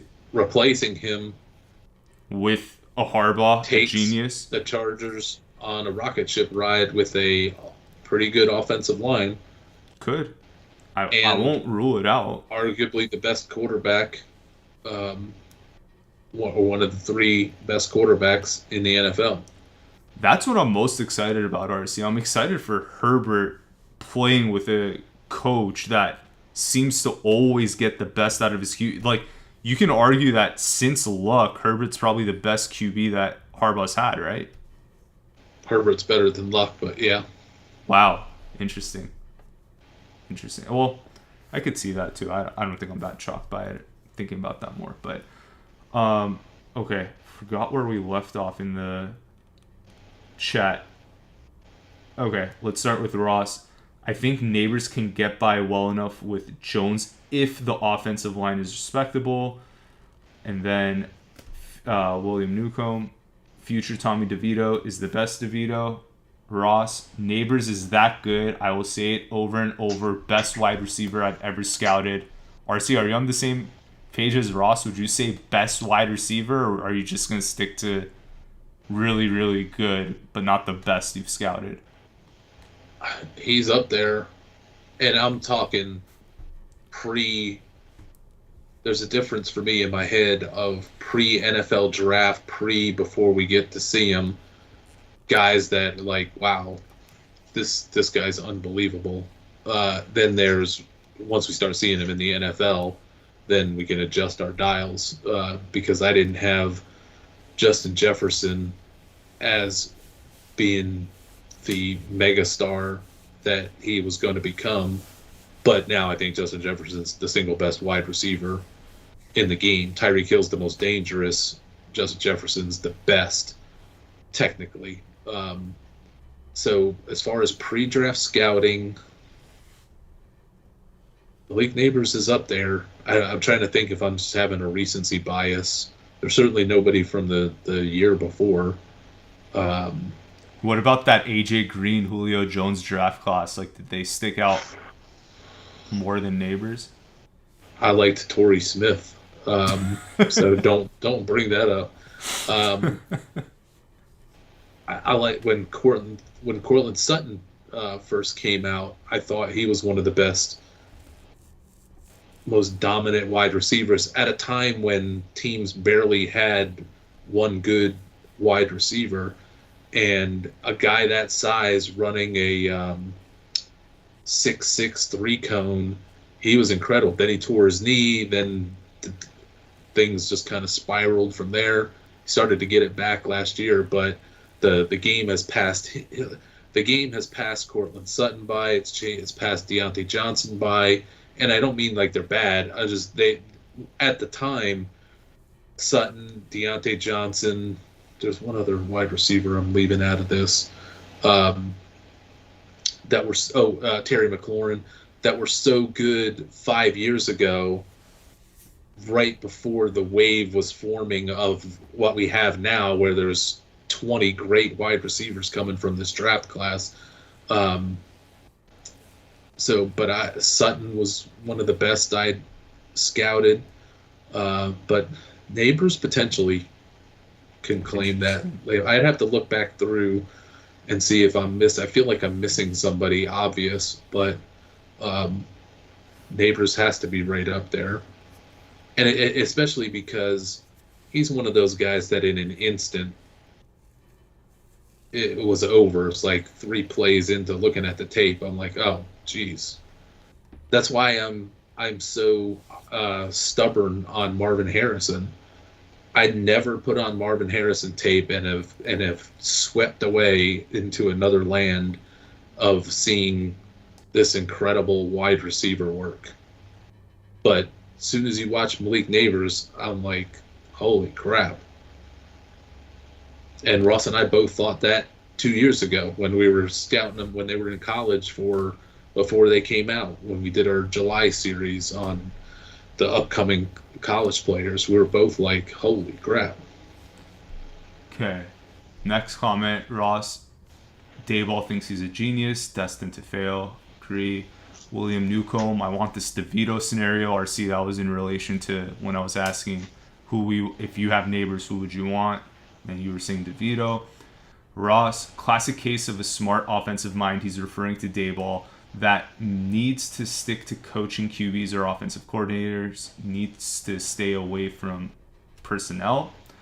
Ross, Shanahan and McVay can take a good QB and make them better. Most coaches overestimate their own ability and underestimate the players. Agreed. I think Arthur Smith is very guilty of that, speaking of him. They also need the right surroundings. If Josh Allen landed on the Raiders, he would never have become as good as he is. I agree with that. Or Denver. Yeah. William Newcomb, interested in the Arizona D-line. It seems real sneaky nice. I mean, the Arizona D overall last year just seemed to always be... The team was scrappy, but their D, I mean, that's Gannon's specialty, right? They were game for the personnel that they had, and they would Buda Baker missed games. They were shuffling in and out cornerbacks that were undrafted free agents. Their secondary was like the Titans' offensive line at one point last year. It's like, who's going to start for us at corners this week?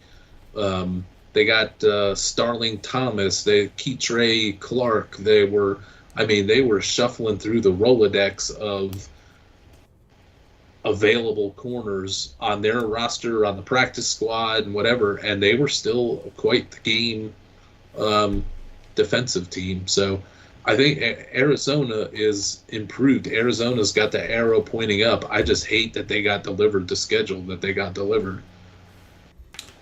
Then keep matriculating. Here's a fantasy football question for you, RC. Any update on Hunter Lepke's situation on Dallas?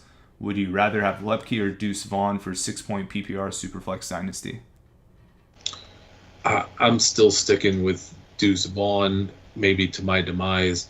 And the only thing on the Lepke situation is that he was getting the first team run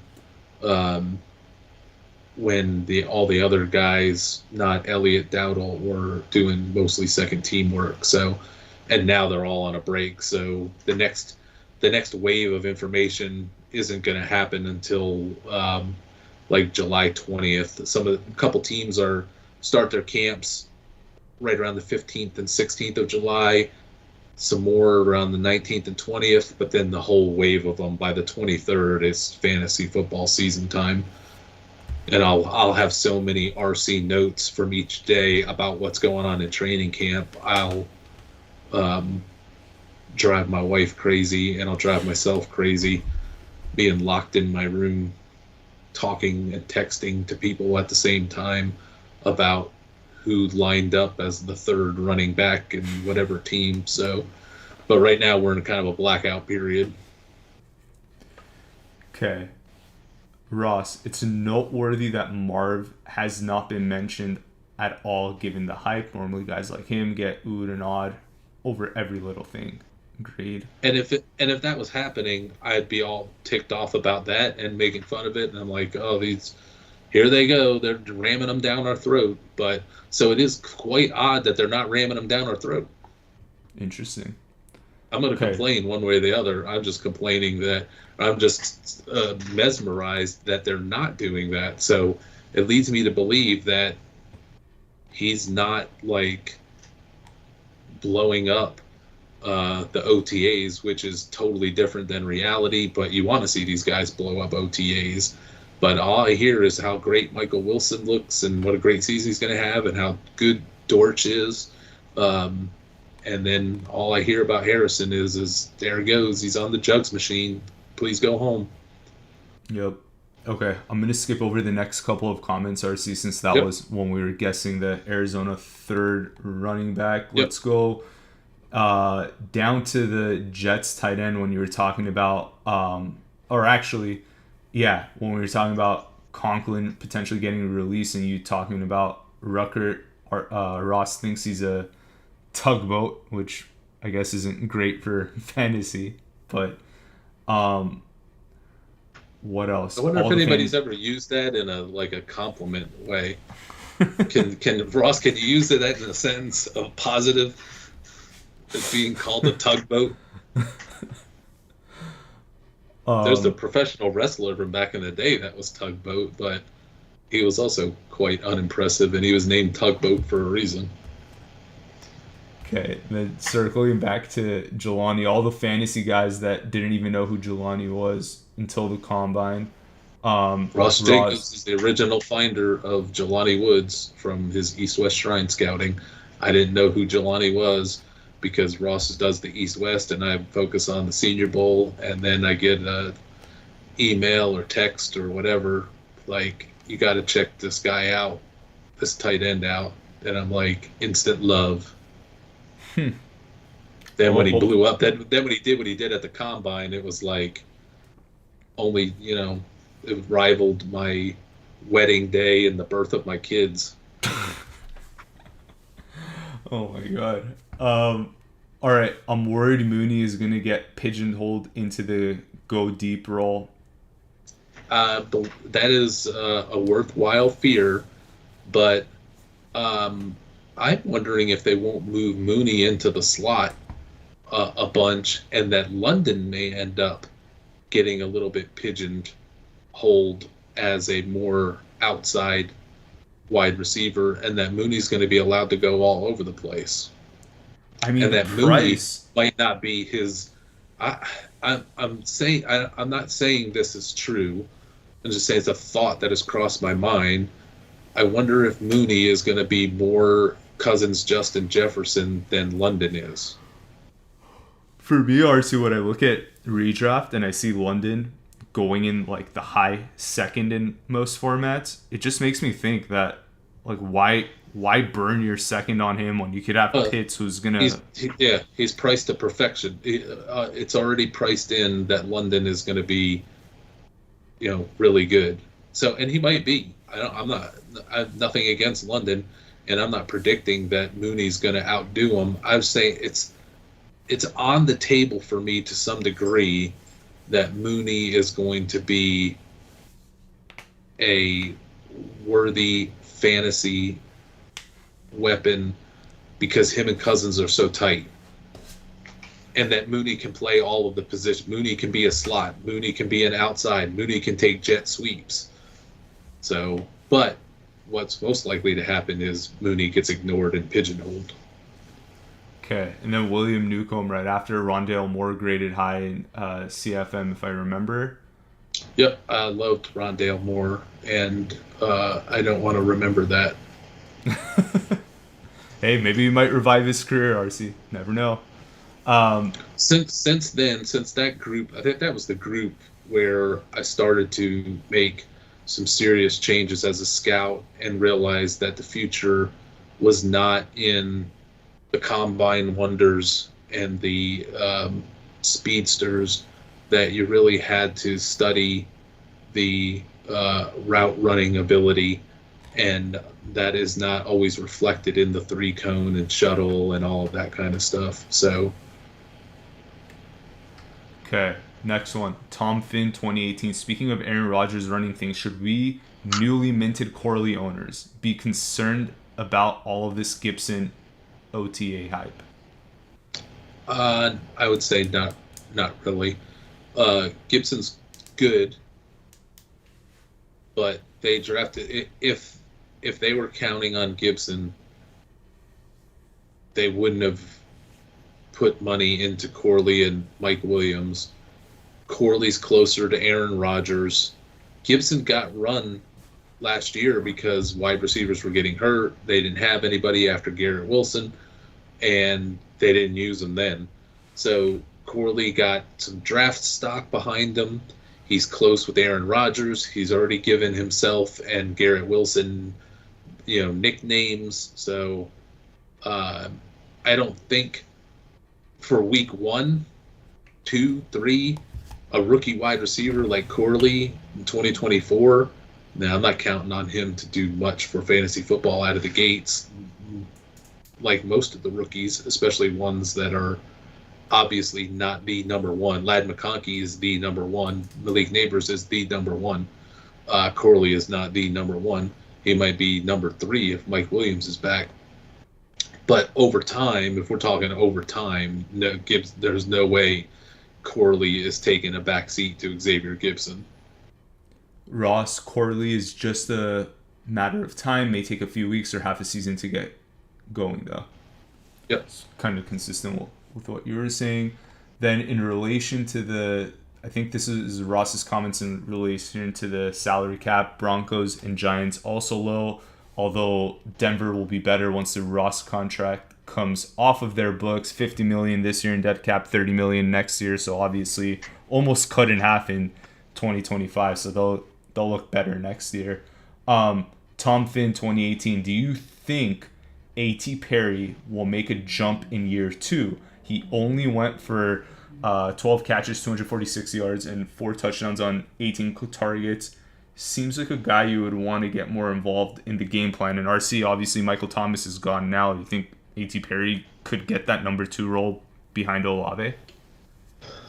I think it's asking too much. I think he's in the wrong place at the wrong time. It's going to be Olave getting all the number 1 looks. Then if Juwan Johnson is healthy, it's going to be Johnson, Shaheed, and Perry all splitting up the targets that don't go to Olave and Kamara. I love A.T. Perry as a talent. And I had him in, I think, as the 3rd best graded wide receiver last year in that class, which would put him about 15th in this year's class. But I'm a big A.T. Perry guy, but I'm a big Rashid Shaheed guy, and I'm fine with Olave, and I think Juwan Johnson has his space in the world. It's just too many of those guys to see A.T. Perry being the breakout. It's possible because he's got the talent, but he's got a lot of speed bumps in front of him to get there. And Ross is pretty much on the same page as you are. See, scouting A.T. Perry, I thought he was only marginally worse than Flowers, but unfortunately I hate Carr and that offense. The passing game runs through Olave. And then the new offensive coordinator cannot shut his mouth about how they're going to run the ball on every play. I mean, seriously, that's the vibe I get from Clint Kubiak is they're going to run they're just going to do like the wishbone from the Air Force. Hey, Kamara's going pretty cheap in redraft, so maybe something we should be looking more closely at. Next couple comments is Ross freaking out at you for saying that he hates Kancey. I guess the backstory there is he liked him and he had to convince you of how great he was, and the closest thing we've seen to Donald called you a traitor. He in our fight on that was I don't think anybody is ever going to come close to being the next Aaron Donald.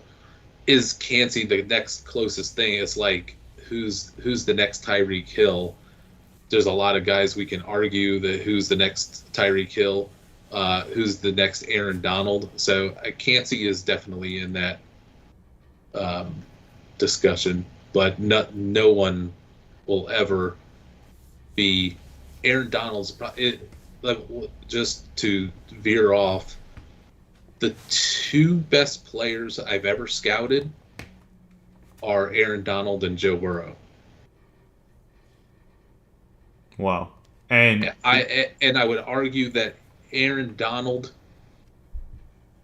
his in relation to all of the other defensive tackle prospects I've ever scouted, makes him probably the single best player I've ever scouted. Wow. Because there is literally nothing like it. With Burrow, I can go, CJ Stroud is right up there behind Burrow now in our historical rankings. Justin Herbert, now that I've seen him in the NFL, is somebody that's in the upper tier of quarterbacks. Obviously, Mahomes deserves to be there. I didn't have Mahomes as high as he's turned out to be. But Aaron Donald there's not even a question. There's not even anybody in the same stratosphere And he fell, as RC. Aaron He Donald didn't. was in college. Oh, Tim Jernigan, Tim Jernigan was ranked ahead of him for most of the pre-draft process. Ultimately, Donald went ahead of him, but I remember just losing my mind over Tim Jernigan being the number one ranked, and that's why I feel total freedom. I mean, I get nervous of how it's going to turn out because you never want to be way out on a limb and then be made to look like a fool.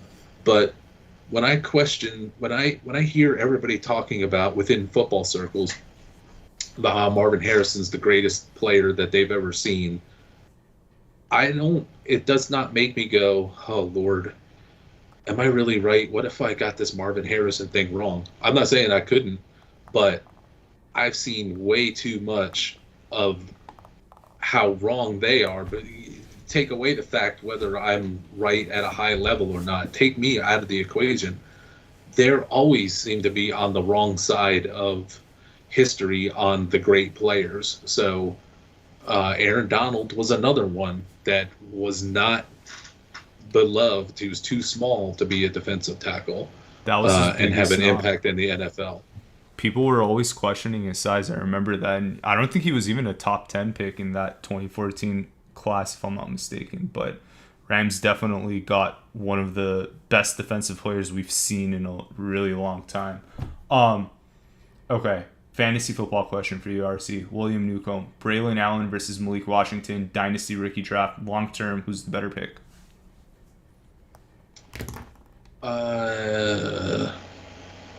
Just them straight up without and I'm going to assume PPR. If it's non-PPR, it'd be Braylon Allen. If it's PPR, I'd say Braylon Allen just because there's a million wide receivers we can fall in love with just from this draft alone. So there's no one like Braylon Allen from this draft, whether it'll work out or not. I hate the Breece Hall is in his way. I hate all of those things, but in my heart of hearts, Braylon Allen could be the more devastating fantasy nuclear bomb, where Malik Washington can just be really good, like a million other wide receivers. Okay. But if you had Breece Hall, it's definitely Allen, and if you have Tyreek Hill, you could make a case that maybe Malik Washington makes some sense. If Tyreek Hill goes down, then Washington could get more run. If you're just talking in terms of this year, but over the long haul, I'd be with Braylon Allen. I just hate that Breece Hall's in his way. Okay, then Tom Finn, definitely not Claypool, wide receiver one in Buffalo. I think maybe those were that was in relation to the names that might get dropped. And I wanna follow up on that. There's a lot of names that are getting floated around from the OTAs, like, this Flournoy is looking really good in Dallas, and Xavier Gibson's looks like he's going to be the starter over Corley, still trying to get it going. There's a lot of Demario Douglas looks like he's going to be the ace for the Patriots. There's a lot of good wide receivers that are getting nice things said about them in OTAs. And then there's Chase Claypool, who's also getting nice things said about them in OTAs. But the difference of Claypool and everybody else is Chase Claypool can be a superstar. We've seen him be a superstar. It is in the range of outcomes that he will be a superstar again. Ryan Flournoy is not. We're never going to have a conversation about the Ryan Flournoy Pro Bowl wide receiver one event that has taken place in our lifetime.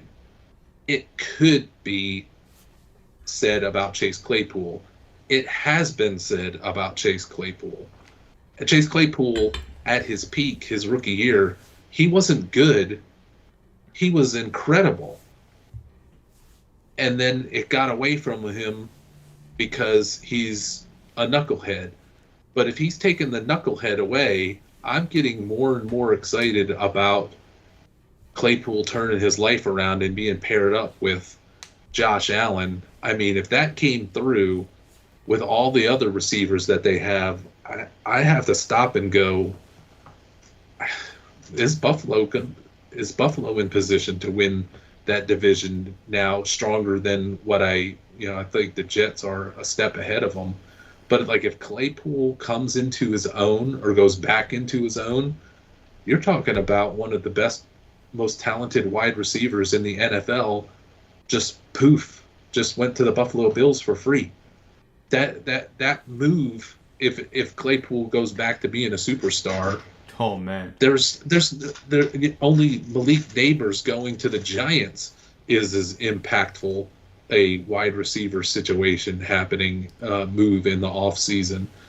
That could really change the game. So when we're talking about low level prospects of who to hold on, Alex Pierce's and Xavier Gibson's and all that, I want to hold on to Chase Claypool because that is a lottery. That's a lottery ticket to where the lottery amount has run up to $1 billion.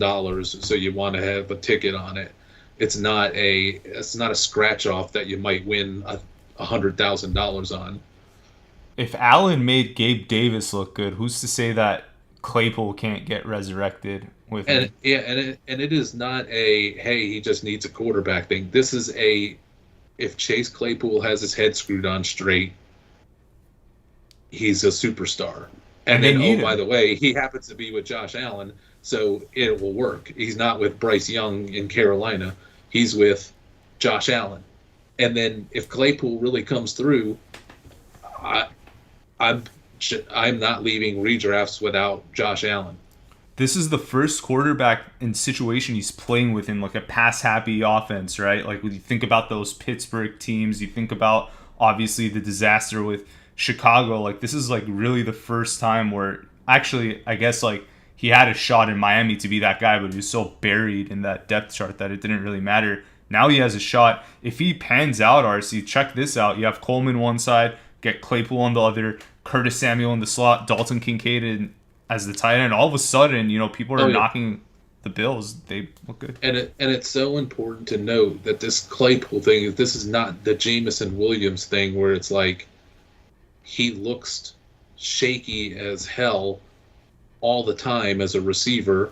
He's never had one really big game where you looked at him and went, wow, this is a dominant wide receiver. He's had a nice jet sweep. He's gotten loose on a bomb and caught a touchdown pass. But Chase Claypool was dominant. And he lost it twofold. Because the only thing that can rival an Arthur Smith disaster of a pass game with weapons going to waste is Mike Tomlin and Matt Canada's offense with Chase Claypool going to waste, like George Pickens is going to waste. George Pickens should be the best wide receiver or one of the three best wide receivers in the game, and he's not because of their offense, and now they've got Arthur Smith. I mean, it's so unbelievable what the Steelers are doing, combining forces of Tomlin and Arthur Smith.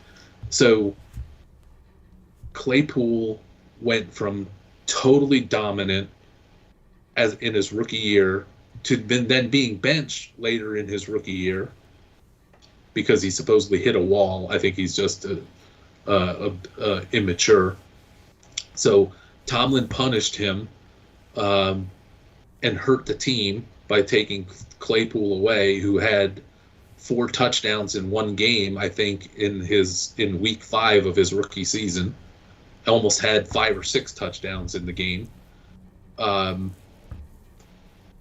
he goes to waste in the Matt Canada offense. Ben is on his last legs and couldn't barely complete a pass unless it was short to Deontay Johnson.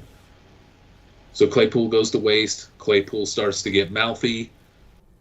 Claypool ends up getting cut. Claypool doesn't work hard in Chicago. Claypool gets cut, goes to Miami. He was only there for a brief time. Nobody knows what issues he may or may not have had in Miami, but now he's on his last legs in Buffalo. And what you want to hear is how much they're all saying this guy was the best receiver that we had at OTAs, and he seems to be turning his life around. You don't want to hear nothing, and you definitely don't want to hear this guy's loafing around. Yeah. So the fact that we're hearing that he's turning things around gives me great hope, because he's already proven he can do it. Yeah. Yep. Okay, Ross. AD Mitchell is a disaster. Then can we short the Cowboys? Is that legal yet? You can bet under on their win totals. That's as close as you can get to short them. That division's so bad. I'm You might not even want to do that. Shy to messing with it. I could see any one of the teams in the NFC East winning the division, including the Giants. I can't put with Tommy DeVito at quarterback. Yeah. Next one, I can't put the Rams in until I see them without Donald. Yeah, I mean it's gonna be a big hole to fill, but who's to say he can't unretire and come back? Ross. The one thing for the Rams is, I mean, Aaron Donald's the greatest, but Aaron Donald was the greatest the last couple of years, and they had garbage at cornerback. Now, no Aaron Donald, but everything else on the Rams is getting so good. If Tre'Davious White is back to normal, then, man, the Rams have got a stacked defense. Then Ross and Darnold could Aaron Donald. I don't want to confuse him with Sam Darnold. That's a sin. Huge. There's nothing that says that Aaron Donald's not going to walk through that door. Week 1 or week 10. Not week 1, but I think I could see it happening closer to the playoffs. Maybe like after their bye week. Week 1. He's possible. Got that kind of shit. If he says, "Hey, I got the itch, I'm coming back," he's back. Yeah, and then what? Then all of a sudden, those odds, that plus 3,000 is going to go to plus like 2 very quickly. It's more likely that he joins when they're on a run later in the season. Yeah, and he signs up. Where he's the last piece, right? They're already really good, and they go like, "Okay, let's get a boost." Aaron Donald and J.J. Watt both come out of retirement to join the Rams for the Super Bowl run. Next comment, Panthers have to be the worst. I can't believe I even struggled a little bit with that question. That's what happens after streaming for 2 hours. You forget that they're even in the NFL. That's how bad they are. You just can't even comprehend. I'm surprised they haven't been relegated to the XFL yet. How is Tannehill available and Darnold is starting? Puke. Agreed. Arthur Smith has some things going for him. Good OC, terrible at personnel. Really, RC, for Arthur Smith, he was just really bad with the... I guess you could say he was bad with the receiving room, too, with what he brought in opposite to London. But his main thing was the QB. That was his biggest problem. He just couldn't... I'm gonna draft Kyle Pitts 4 and never use him. Yeah. But I am going to make plays for Jonnu Smith. To throw. Not even... Insane. I was lucky enough to be the offensive coordinator in Derrick Henry's peak years. The best thing Arthur Smith has going for him is his dad. Yeah. I mean... He got born into great circumstances. Yeah. Silver spoon, FedEx owner, for those of you that didn't know. A silver spoon wrapped in gold, encrusted with diamonds. Yeah. Okay. Herbert is better than Luck. That's when we were going back and forth on that. That's a true statement. Yes, we have to see neighbors in the NFL, but in college he's the best I've seen. Instantly, he just moves in a way you don't see. Okay, Evan, at RC, last season, you were high on Alex McGaw, Packers third-string QB. I probably botched that last name like crazy. What's your prognosis for him now that Love broke out? Did you see that he's listed as a wide receiver now on their depth chart? He's moved to wide receiver. He is definitely not a challenger to Love. Sean Clifford will be the number 2 who looked good in the preseason, and the new guy will be number 3. But I just did a full report. I just went back and watched all of 2023 to see how it was that Jordan Love went from right around week 8 when they fell to either 2-6 or 3-6, and Love came out of the gates with 6 touchdowns and no interceptions, and everybody's like, holy crap, Jordan Love's the man. Then he went on a big losing streak. He threw 8 touchdowns and 10 interceptions from like week 3 to week 9 or 10. People around week 8, 9, people were starting to talk about who the Packers going to draft next year for quarterback. Should they pull him for Sean Clifford because he's making all of these bad throws, leading to the turnovers? The team record, they were just on the brink several times of just being out of the playoff race, and everybody really throwing the Packers in the trash. And then I think it was either week 10 or week 11, the turnaround began. So I studied all of that. I studied the turnaround period to see if the Jordan Love turnaround was real or if it was fake. So I'll just say that report is on that. My full report on that is on FFM, but there's nothing left with Magoo. He was only there because Clifford was a rookie. Love was still looking shaky. Even though they were high in him, they didn't even, they gave the contract they gave him was like for 1 year, like, we hope this works out. And then they brought in the UFL's, I think it was the UFL,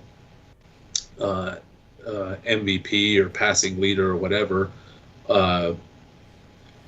just to have in case things broke down with Love, but they didn't, and they had no more need for Magoo after that. So okay, he's long gone.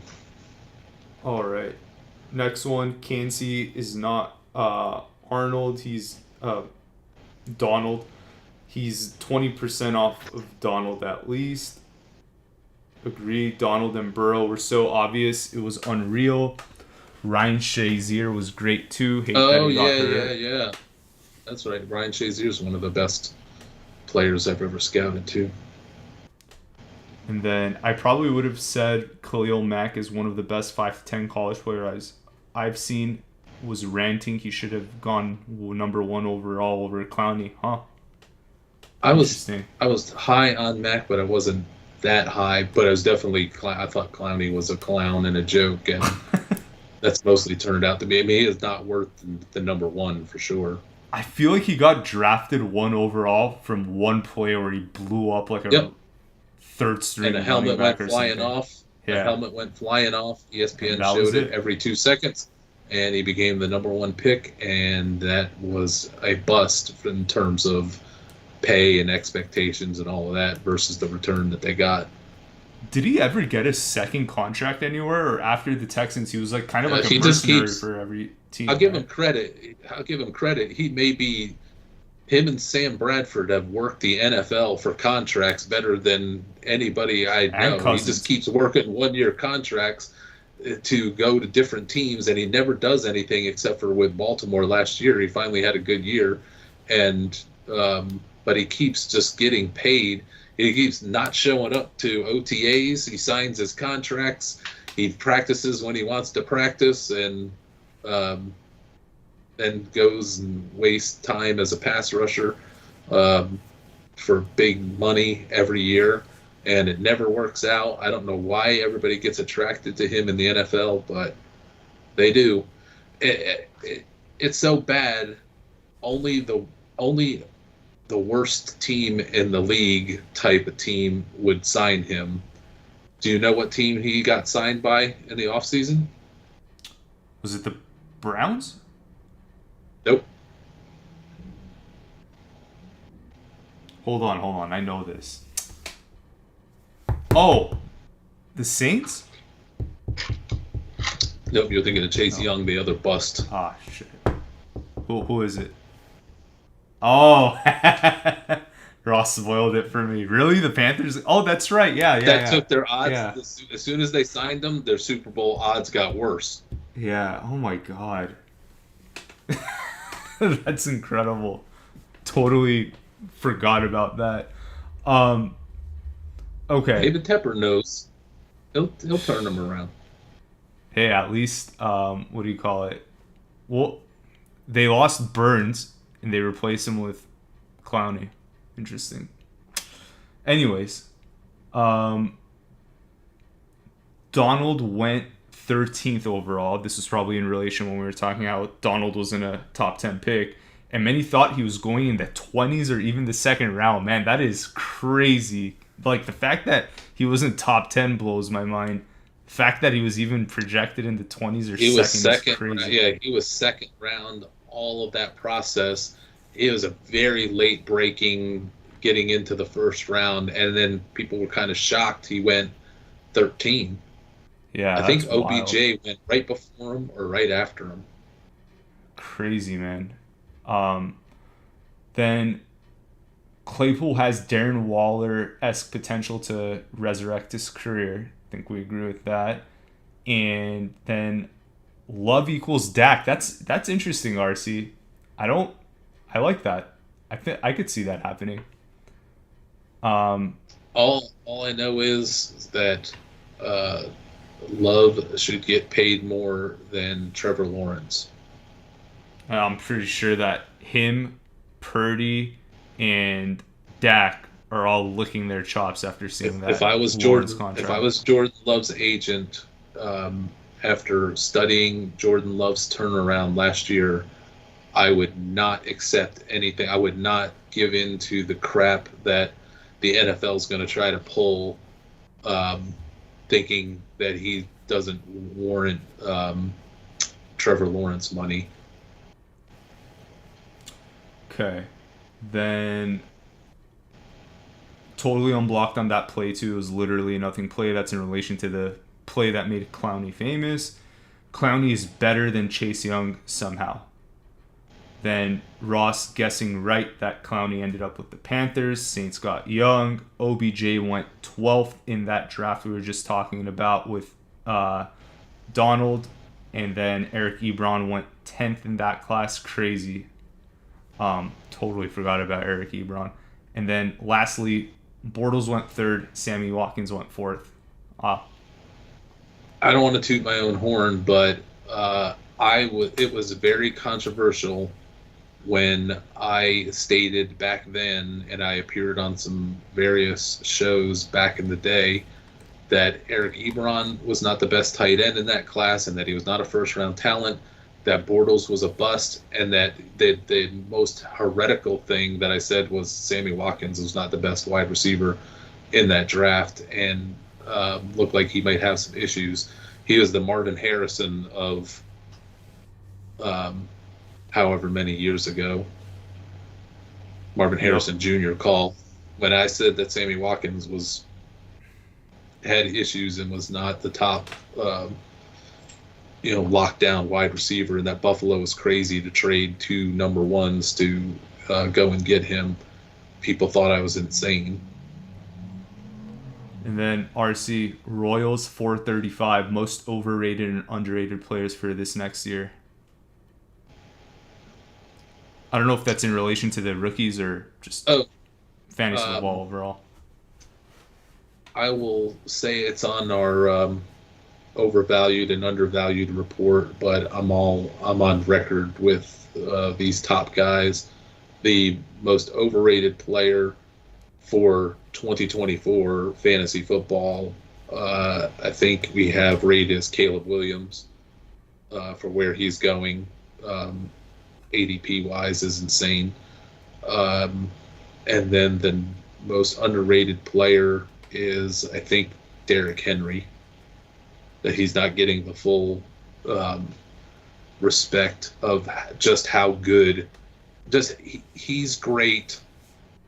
His problems from last year were Tennessee Titans problems and offensive line problems, and now you put him on one of the best run games in the NFL with a team that's committed to the run, it's going to be insane.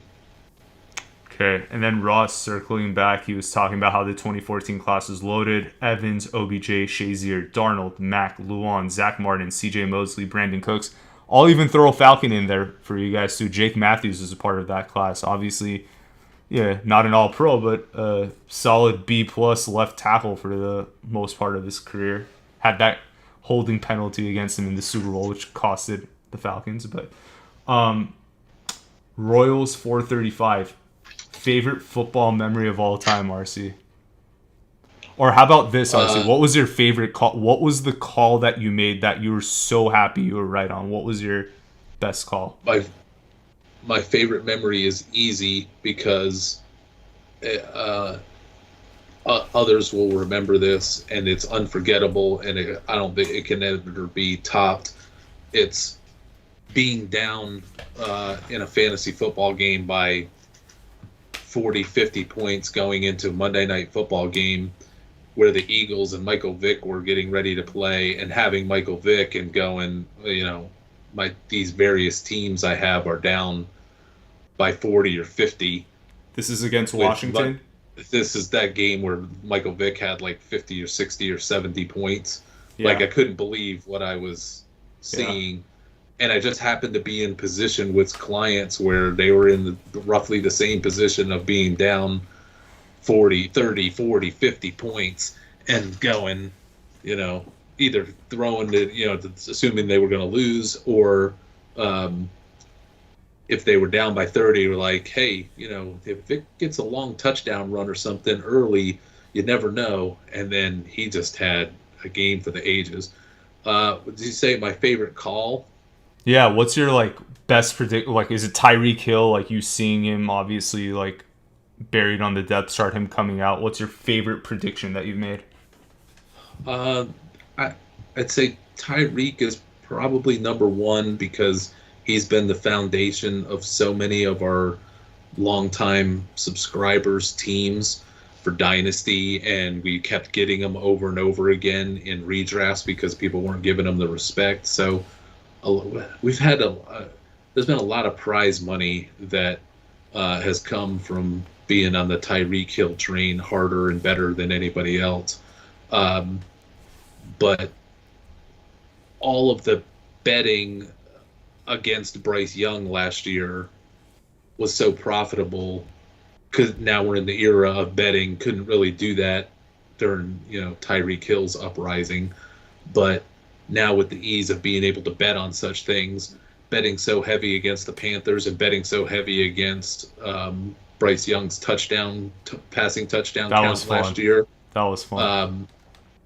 So I'm talking in terms of profit. So profit makes me smile. So Tyreek Hill has won a lot of titles and brought in a lot of money from fantasy football prizes, but Bryce Young brought in great money.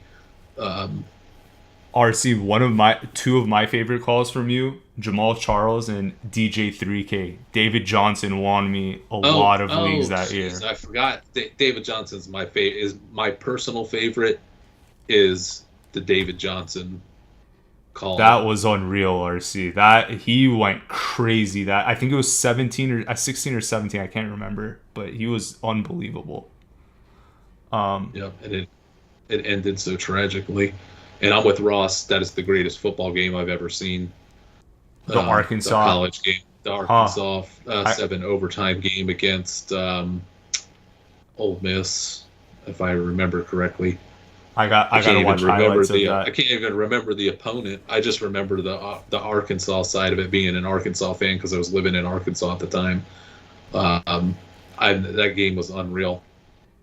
I have to go to Arkansas for my 9-to-5 job in the winter. First time I'm ever going there, so I'm gonna hit you and Ross up for some dinner recommendations when I'm there. But Tom Finn, a long time. Tom Finn 2018, I remember all of those reports. I was screaming at the TV when the Jags took Bortles over Mac. I'm a long-suffering Jags fan. Hey, man, I'm with you. I've been a suffering Falcons fan, so I know what it's like when you root for a crappy organization. Okay, we addressed the Arkansas comment. Ross, those games are the most exciting, nail-biting games I've ever witnessed, and the game that got me hooked on football. Ross, Tyreek or Foles are your best calls. Tom Finn, Cup was a great call. You were way ahead of him as well. Agreed, RC. You were really ahead of Cup. I remember that. And I think in that same year, too, a lot of people were bailing on Mark Ingram. And then he started picking up behind Kamara. It was almost like a split between Ingram and Kamara that same year where Cup was starting to burst out. DJ3K, oh yes, good time. Oh, man, DJ3K, I love that guy. Kentucky and Ole Miss, they beat that huge lefty QB. Was that Jared Lorenzen? Hefty lefty. Go June evening, and then Ross. Where are you going, Andrew? Fayetteville or Little Rock? Yeah. Ross, I'll Where get in back Arkansas to you. are you going? I don't remember. I don't remember the town, but because those are the only two places to go. If you're going anywhere else, I'm going it's going to be. I'm you going better to the bring woods. your fishing pole and your shotgun. Yeah, I don't remember, but I bet it's in their like one of their larger cities. And they're very different too. If you go to Little Rock, I'm going to tell you where you've got to go. That's the best hamburger I've ever had. It's best cheeseburger I've ever had in my entire life, and it's not even close. And if Ross doesn't confirm it, then he's not a real Arkansan, although he lived out on the left coast of Arkansas, so he may have not gotten to.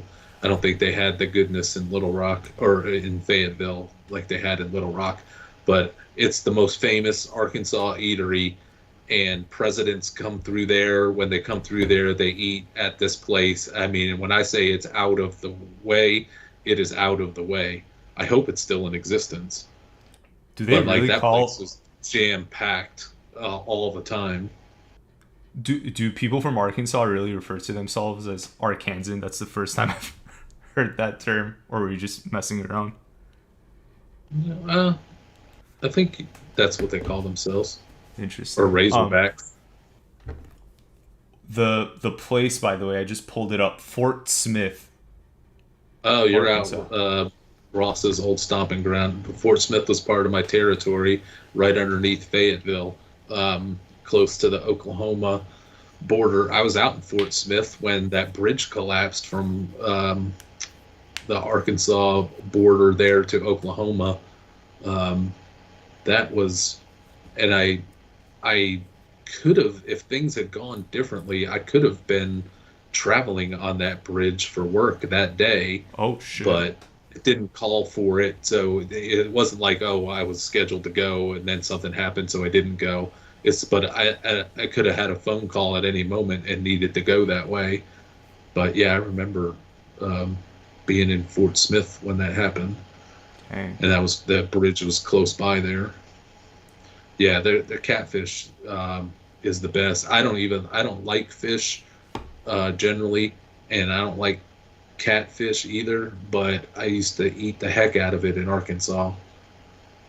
Interesting. It's yeah, different. Definitely got to check it out. Arkansas.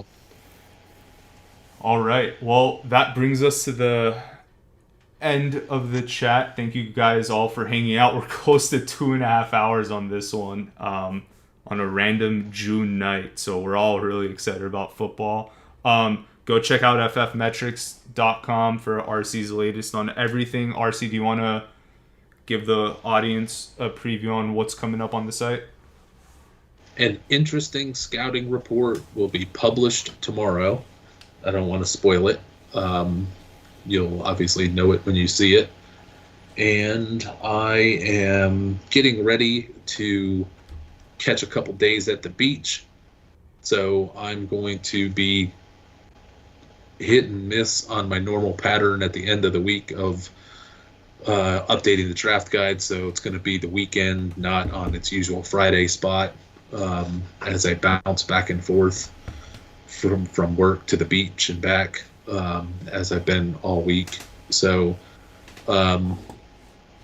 little off-kilter schedule this week, and then 2 more weeks of July where the schedule will be kind of loose.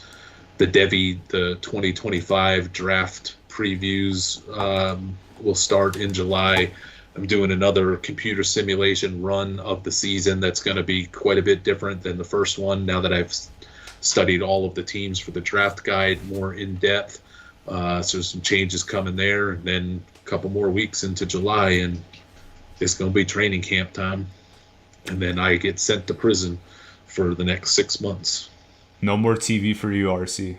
Enjoy your no TV more time. TV in the background. It'll just be all NFL Network and CNBC side by side with no volume, just looking to see, skimming through, waiting for them to say something interesting, and then I'll turn the volume back on. All right. Well, have a good night, everyone. Thank you for